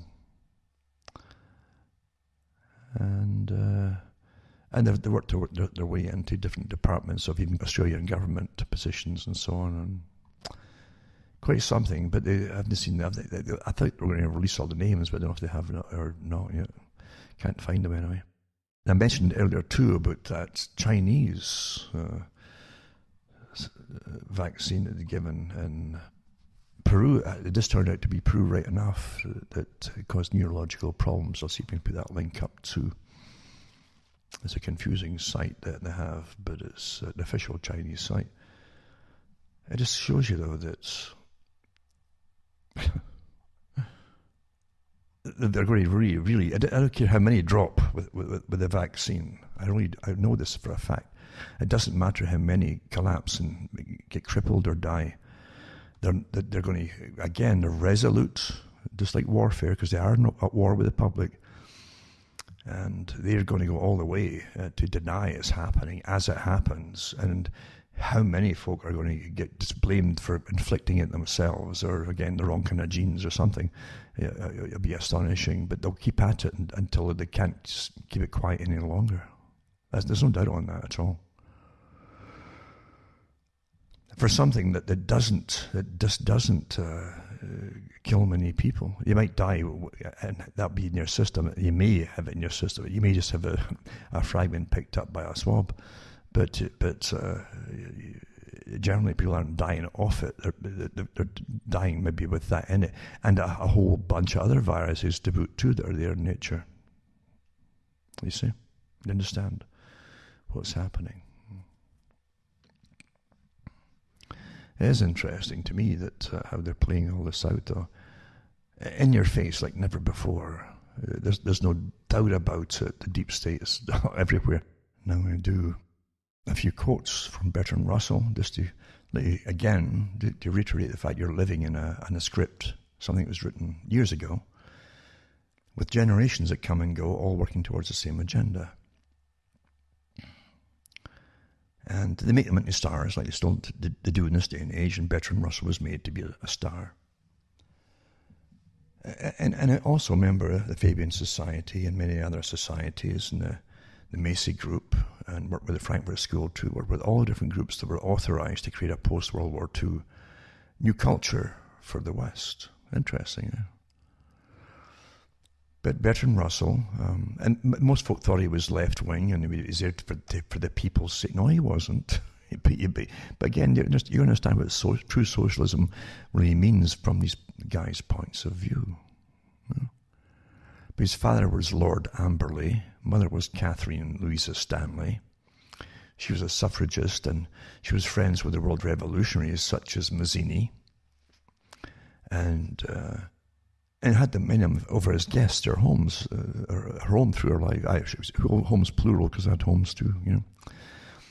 And these revolutionaries generally are, you know, the ones that they bring in socialist communism on the public. They're very, very wealthy. But it says scientific societies are as yet in their infancy. This is Russell speaking. It may be worthwhile to spend a few moments in speculating as to possible future developments of those that are oligarchies.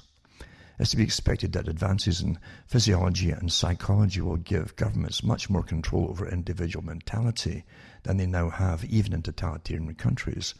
Fichte laid it down that education should aim at destroying free will, so that after pupils have left school, they shall be incapable throughout the rest of their lives of thinking or acting otherwise than as their schoolmasters would have wished. He also goes on to talk about the sort of character, or maybe the end of characters, certain characters, depending on what they wanted. But it says diet, injections and injunctions will combine from a very early age to produce the sort of character and the sort of beliefs that the authorities consider desirable, and any serious criticism of the powers that be will become psychologically impossible. Gradually, by selective breeding, the congenital differences between the rulers and the ruled will increase until they become almost different species. A revolt of the plebs would become as unthinkable as an organized insurrection of sheep against the practice of eating mutton. In like manner, the scientific rulers will provide one kind of education for ordinary men and women, and another for those who are to become holders of scientific power. Ordinary men and women will be expected to be docile industrials, punctual, thoughtless, and contented. That's all your entertainment, everything, right? Of these qualities, probably contentment will be considered the most important. In order to produce it, all the researches of psychoanalysis, behaviorism, and biochemistry will be brought into play. You're witnessing all that today. This is 70 years ago. This is written. And it says all the boys and girls will learn from an early age to be what is called cooperative in school, groupthink in school, which they have today. Dress the same, look the same, and behave the same opinions. It says to do exactly what everybody else is doing. That's what cooperative means. Initiative will be discouraged in these children, and insubordination without being punished will be scientifically trained out of them. Second, as regards population, if there is not to be a permanent and increasing shortage of food, agriculture must be conducted by methods which are not wasteful of soil. Increase of population must not outrun the increase in food. And again, that was the Malthusian idea that one day you'd be standing on top of each other's heads, which isn't true either, you know. And that there should be a world authority that would deal with food and dole it out to each country in turn to keep the population down. And if you increased your population, they'd stop feeding you until you decreased it yourself by force or whatever means you decided. Right? And this is all discussed even with the United Nations eventually, all these techniques I'm mentioning now. When they said that in the United Nations, the minister in charge of agriculture said that agriculture and farming was too important to be left to farmers. You see, because food is a weapon. You can't have just free enterprise as normal. Food is a weapon. You know. And also he says here, our members who are so important that for their sake we should patiently permit this state of affairs to come about. Surely not what can we then do? Apart from certain deep-seated prejudices, the answer would be obvious. The nations which are presently increasing rapidly should be encouraged to adopt methods by which in the West increase of population has been checked. Now, how come they already checked it in the West? And it's true, from the 1950s on, folk had fewer and fewer children, and sterility has been increasingly higher. So the increase of population has been checked. What happened in the 50s? Well, they came up with polio vaccines. I can't say that's doing it. It's just mentioning things that happened in the 1950s, you know. Well, he said it himself, that it had been checked in the West by methods. We'd adopt methods. It says all this could be done in a generation, he says, with government help. And he says there are two forces opposing it. One is religion, the other is nationalism. And that's what you're hearing today. They're under COVID, they're hammering churches. They're leaving other ones alone, but any Christians are going after churches because they're easy meat, easy targets. And also, they're against nationalism. We need a global authority to deal with this crisis, you see.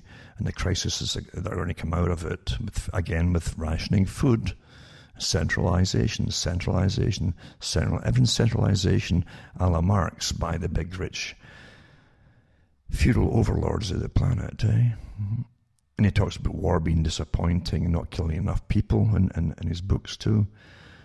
And he does mention too of a black death, a pandemic, could be spread throughout the world once in every generation. Survivors could procreate freely without making the world too full. So there you go. There you go. You could have lots and lots of sex as long as you just didn't have the children and bring up the too many people. And he talks about wandering. He says, I'm wandering from the question of stability to which I must return. There are three ways of securing a society that shall be stable as regards population. The first is that of birth control, the second that of infanticide, killing children, or really destructive wars, and the third that of general misery except for a powerful minority. And that's exactly what we've said at articles from the United Nations for years. Well, we can sustain a small minority, a very high standard of living, but not everybody. And that's what your whole Agenda 21 sustainability is about, by the way. To make sure that a minority can be kept like that, that kind of level of luxury.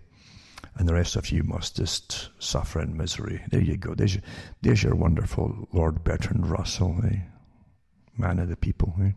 Now, this article from Paul Craig Roberts sums it up too. Again, I've mentioned the authority. That's all you've got is the authority. This unknown authority just that tells you what's true and what's false according to the God that sits in the seat of the ultimate authority there of opinion and so on. But it's about that too. And it says, free inquiry, rest in peace. You can tell that the US presidential election was stolen the same way that you can tell that COVID is being hyped to serve an agenda. The way you know is that no explanation is permitted other than the official explanation. Twitter, Facebook, YouTube, and the press tube, print, TV, and NPR media censor all information that indicates a stolen election.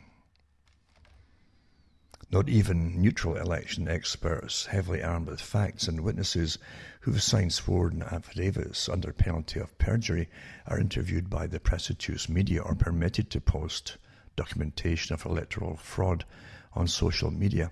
It is simply out of the question to give any hearing to evidence. That's true, isn't it? I mean, no court wants to even hear it. They're refusing to even hear the evidence of fraud. Some Democrat and prostitutes have even called for the arrest of anyone who says Biden did not win or might not have won if the evidence could be weighed.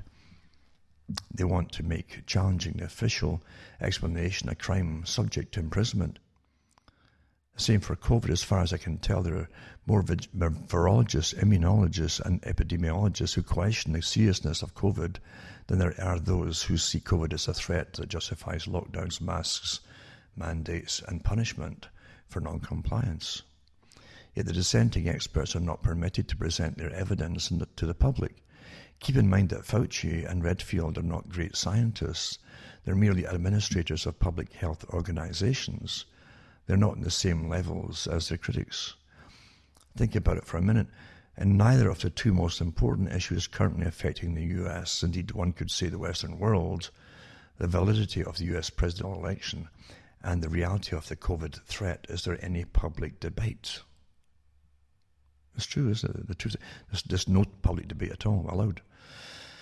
Doesn't it strike you as odd that only one opinion, the official opinion, is permitted? The two most important issues of our time only have official explanations. The public isn't permitted the expert dissenting opinion. This doesn't bother you. You would think that there would be a variety of views about such important subjects and that evidence would be presented and carefully evaluated. Instead, all debate is foreclosed. Only the official explanation is permitted. This suggests that the evidence for Biden's win and for a COVID threat that justifies an economic holocaust is suspect and cannot stand the light of day. Therefore, no debate is permitted in order to protect the lie. That's obviously it. Yeah. An uninformed reader might say that the courts have examined evidence and have rejected evidence of electoral fraud as insubstantial. And indeed, the reader would have to be uninformed or misled by the lies of the press tube media. The fact is this: no court has examined the evidence. They refuse to do it. No state court, and not the US Supreme Court. The reason that the courts have not accepted the cases is that they do not want to have to examine the evidence, because the evidence clearly establishes that the election was stolen and that the theft was carefully planned in advance. The state courts in the swing states where the election was stolen are protecting the Democrats. The US Supreme Court refused to accept the case on the grounds that Texas did not have standing to bring a case. Clearly, there's been no judicial ruling on the evidence that the election was legitimate. The US Supreme Court will protect the establishment and the establishment's reputation before it will protect electoral integrity. So the evidence has been refused examination by the state and federal judiciary. So much for American democracy, so much for American rule of law. No such rule exists. Law exists only for the purposes of the ruling establishment. The power, not laws, rules in America. The US Supreme Court is an establishment institution. It makes controversial rulings only when it has the media on its side. Note that Hunter Biden's laptop, which we know for a fact indicates both his and his father's corruption in the sale of protection, is in the hands of the FBI, and nothing is done about Biden's criminal activity. The prostitutes claim that no such criminal activity exists. Apparently the FBI agrees. And it goes on with the fact that the system is so completely totalitarian and corrupt at the same time. But it is, isn't it? It talks about justice in America no longer exists. Justice is the retribution reserved for truth-tellers like Manning and Julian Assange. And justice means persecution and frame-up of those inconvenient for the establishment, even if the framed-up person is the President of the United States. Cover up for the establishment and you will be rich. Criticize their growing power over American citizens and you'll be made an example of what happens to those who are non-compliant. And then it goes on to say this too. The same in Germany, for example. Germany has closed down the German economy based on allegations of a COVID threat. There's little scientific basis for this drastic policy, and a great deal of evidence against it. The German people themselves have strongly protested against it to no avail with the new lockdown at Christmas. Our world is one of controlled explanations. Consider the large number. For example, as there are President Kennedy's assassination, Martin Luther King's assassination, Robert Kennedy's assassination, the Israeli attack on the USS Liberty, 9/11, Saddam Hussein's weapons of mass destruction, Assad's use of chemical weapons, Russian invasion of Ukraine, Iranian nukes, Russiagate, and other orchestrated charges against President Trump. The Western world emerged from the fall of the Roman world and the uncertainties of the Middle Ages to become eventually a civilization based in science and evidence. But today, evidence no longer counts. What counts in the Western world today is emotion. If you have the correct emotions, you are woke. And know that Western civilization is racist and misogynist and imperialist, and that its white inhabitants are systemic racists who oppress black people for racist reasons. You know that the evil of the white race necessitates their overthrowing. If you are a white person, you are put in a position where social justice requires you to be put into a lower legal class with less rights. It's not considered hate speech to declare that witnesses must be erased. Isn't that the truth? We're seeing it all today, aren't we? The problem with the Western world is that many white people agree with their indictment. Deracinated white people lack the confidence to defend themselves, their history, their monuments, and their achievements. In a diverse multicultural society, deracinated races have little prospect. The defense of whiteness is defined as racist, and this is used to prevent the rise of leaders who would restore white confidence. And it says Jean Raspail's novel, The Camp of the Saints, foretold the future of white people. But yeah, we're seeing total war here, not from the grassroots, but by the ones who created the grassroots movements you're hearing about that have been rampaging and rioting and burning and looting.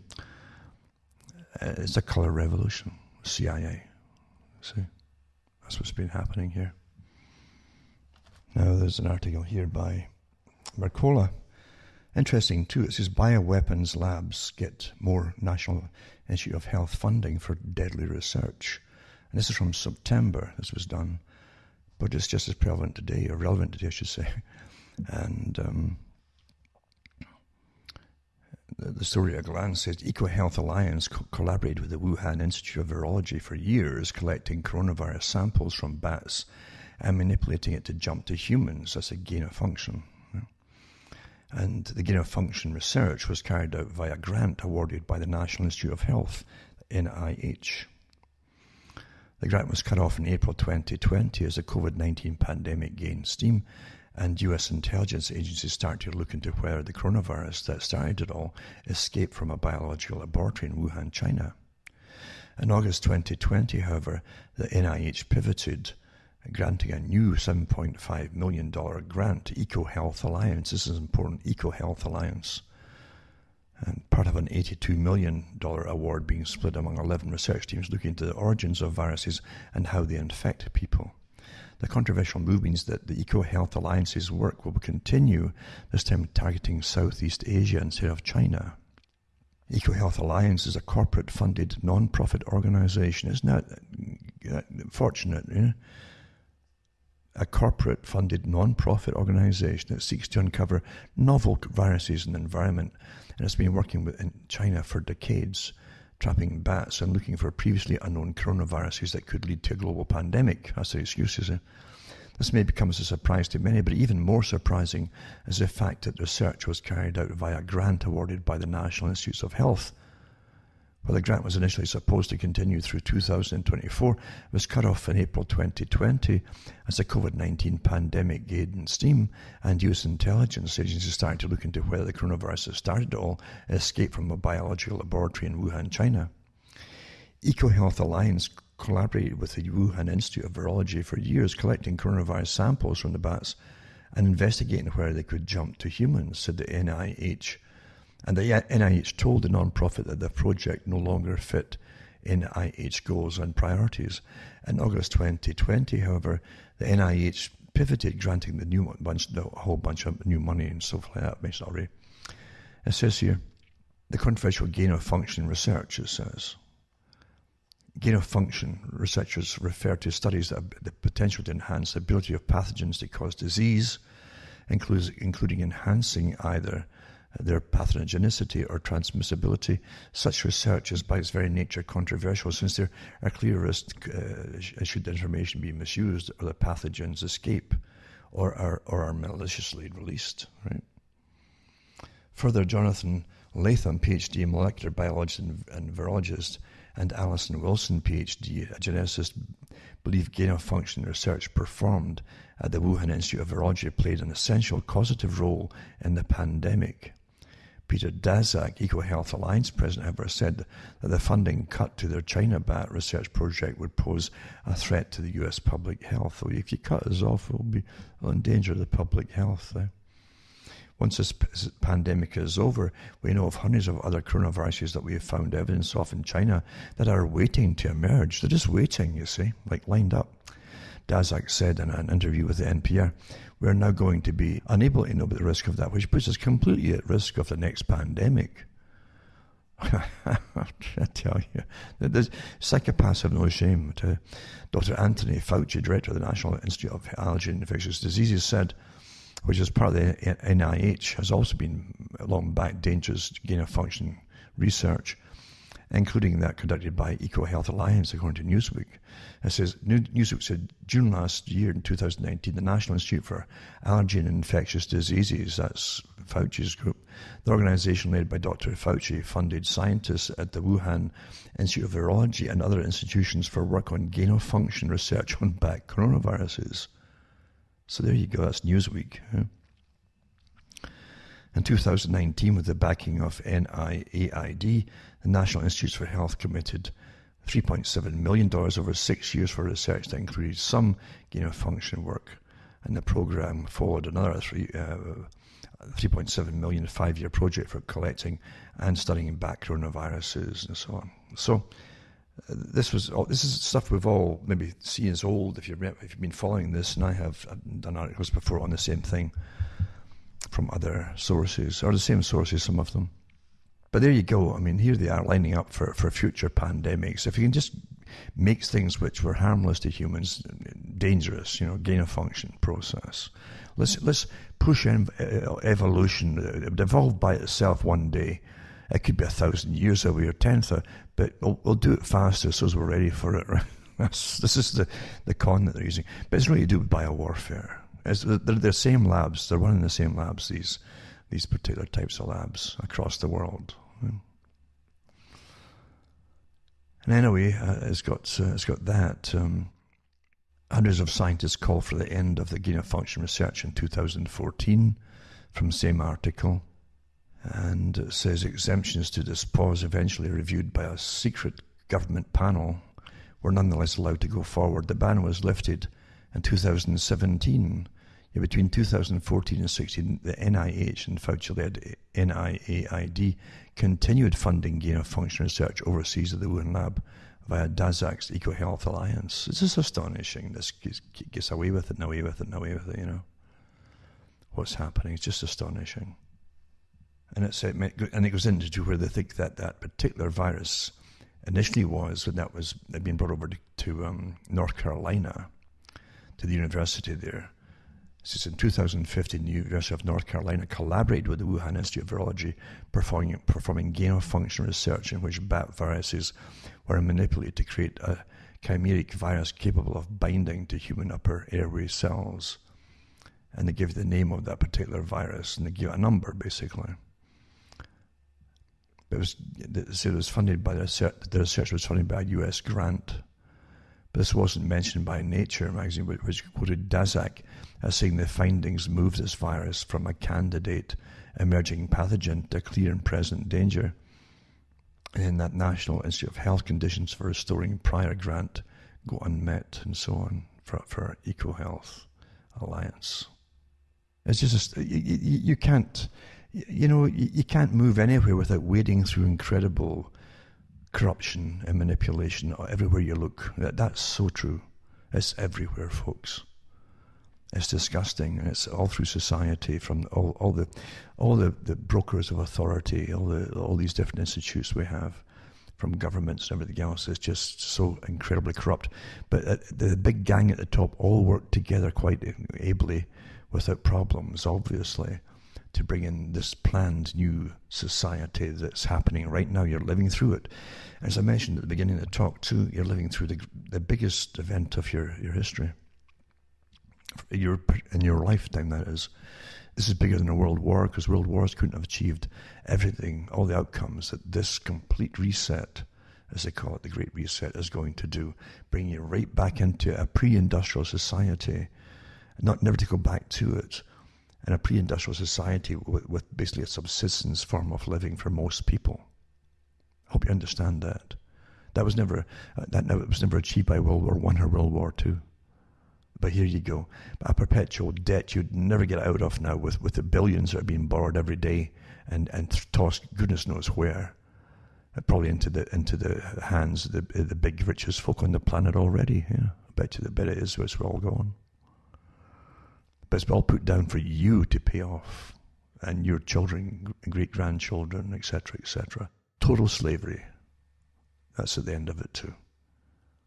Planned, executed, and rigorously applied by governments across the world, completely in lockstep with each other, sworn to this agenda, putting this agenda through. There's no doubt about it whatsoever. It's an evil, evil system, eh? And it truly is what they say, wickedness in high places in the Bible. You're witnessing it. The cunning and the quiet development over many years to get this ready. If the climate change reason for depopulation didn't go through or was abandoned, this is the fastest way to accomplish it all. And that's what I started off to talk about. Oh, so many months left, so many years left before it's all finished. So we're all done for under the climate terrifying scenarios. Well, here you go. They've done it all. They fulfilled what they said to do at the last meeting, where they said the people weren't listening. We need something more drastic. Well, here it is, folks. You're living through it right now. And you didn't get to vote on any of it. You didn't get to say anything. If you try to say anything now, you get banned for saying it, or lambasted for at least mentioning it. There's no doubt about that. The authority, the world authority, the authority on everything, decides what they're going to say is true and what's false. Nothing to do with the facts, What a time, though, eh? And I keep mentioning to people, don't crack up. I get lots of people who, all over the world, sometimes people never heard of before, or from before, and some people are cracking up, others are hanging in there and trying to do as best they can with all the lockdowns, etc. Some people, if you notice, the newspapers are suffering. Some have committed suicide by the newspapers at different accounts because they can't stand the lockdowns. Not just elderly people, but that too, but also young people as well. And we're supposed to go. That's all acceptable to the Bill Gates of this world, eh? And the Rockefellers that said, well, that's just you can't make an omelette without breaking eggs, Yeah. Acceptable fallout from it all. Evil, evil time indeed. And really, it's up to the people how far they're going to bend over here, because you've got masks everywhere else applied to your body, and they're going to put diapers on you and yada yada yada. And they're not, and it's nothing to do with stopping you from getting the disease. They say that themselves, yeah, from the makers of the vaccines. It won't necessarily stop you getting the disease, or spreading it for that matter, even after the vaccine. It's just astonishing. But yeah, you're never to go back to normal. Now when they stretch this lockdown for another maybe 2 years, another couple of years. The World Bank has 5 years altogether. Out of this will emerge the completely new planned system that's been lying on the shelves for years, all planned, ready to go, by your global establishment, by the WEF, the CFR, the Trilateral Commission, all the groups involved in this. to sit and wait to use it. Well, you're living it through, and this is it, folks. And how far they're going to push you, and how hard, as far as you let them. It's that simple. They've declared complete, total war on you. Complete. This is incredible tyranny like never seen before in history. Now I'm going to put a link up tonight too to a video of Dr. Vernon Coleman, who has come out with a little clip. It's not long, a few minutes, talking about the reports coming in already from adverse reaction to the vaccines in the States and elsewhere, I guess. And he works out how many people per thousands come down are scheduled to come down with problems, judging from the statistics from the actual advisory group that's managing all of this for the CDC. And the information is from the U.S. Advisory Committee on Immunization Practices, ACIP, of the Center for Disease Control. So it's from the official sites themselves, the information is coming from. So I'll put that up tonight, the link to the video, and you can look it up for yourselves and listen to it too, because it's just astonishing what's scheduled to happen here. And they know what they're doing, obviously, and it's acceptable. That the fallout is deemed to be acceptable unless it happens to you personally. So it's food for thought for those who are wondering what's going on and what to do about it. So as I said before, you have to don't give up, and don't panic, because previous generations have had their hells to go through too. They always give every generation bank crashes, Great Depressions and wars and things. So this is a big one for all of us, though, to affect everybody from now on. And how far they're going to go is depending on how far you're going to let them. It's that simple. It's that simple, folks. When Cuomo in New York was questioned after his previous lockdowns, where he got folk killed in old age nursing homes and so on by putting infected patients in with them and so on. And unrepentant, a real psychopath, this character too. They all are. But when he's questioned openly on television, he says, well, for enforcing you, I don't have the power to force people to do anything. He says, I ask them, But so he was trying to get out of it then. Oh, I don't. In other words, you did it all yourself. You complied. You complied with it all. He's saying, there's your legality. That's what he's really referring to. He says, I can't make you. And it's true enough. If everybody said, no, what's he going to do? Nothing. He couldn't do anything. You acquiesce in your own demise. That's what I said back in 1998.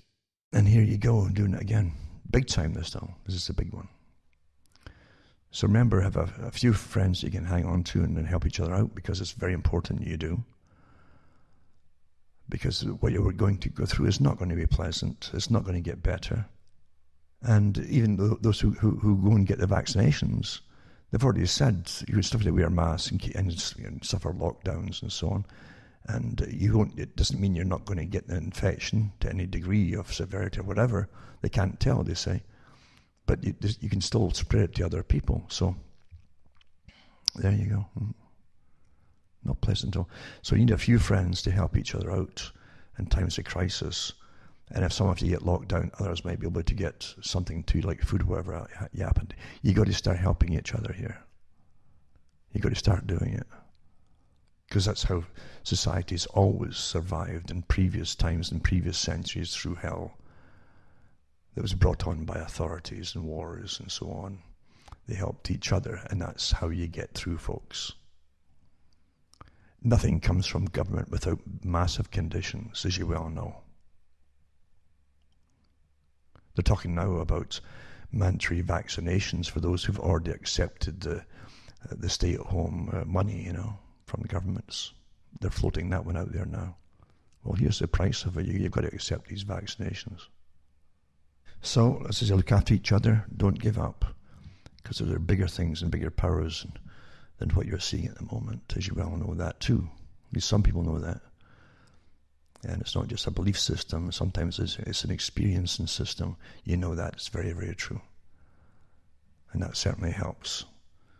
And the world definitely is this is the plane, as I mentioned before, where it's between heaven and hell to an extent. Everything's decided here. Everything has been put on the decisions for the whole future of us and everything else on this planet here.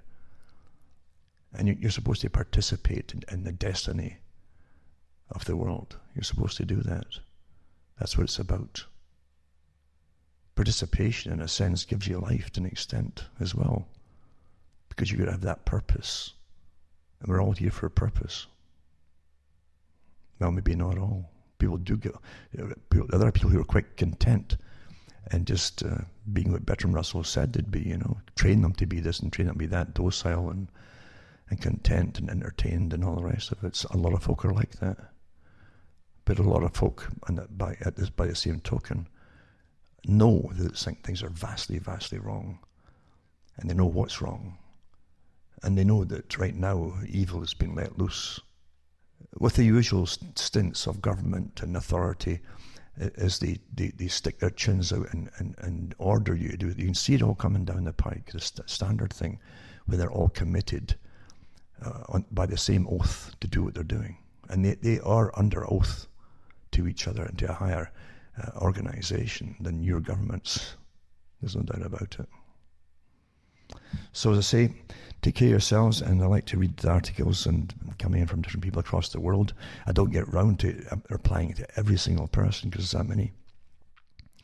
But personal experiences are what really matters, isn't it?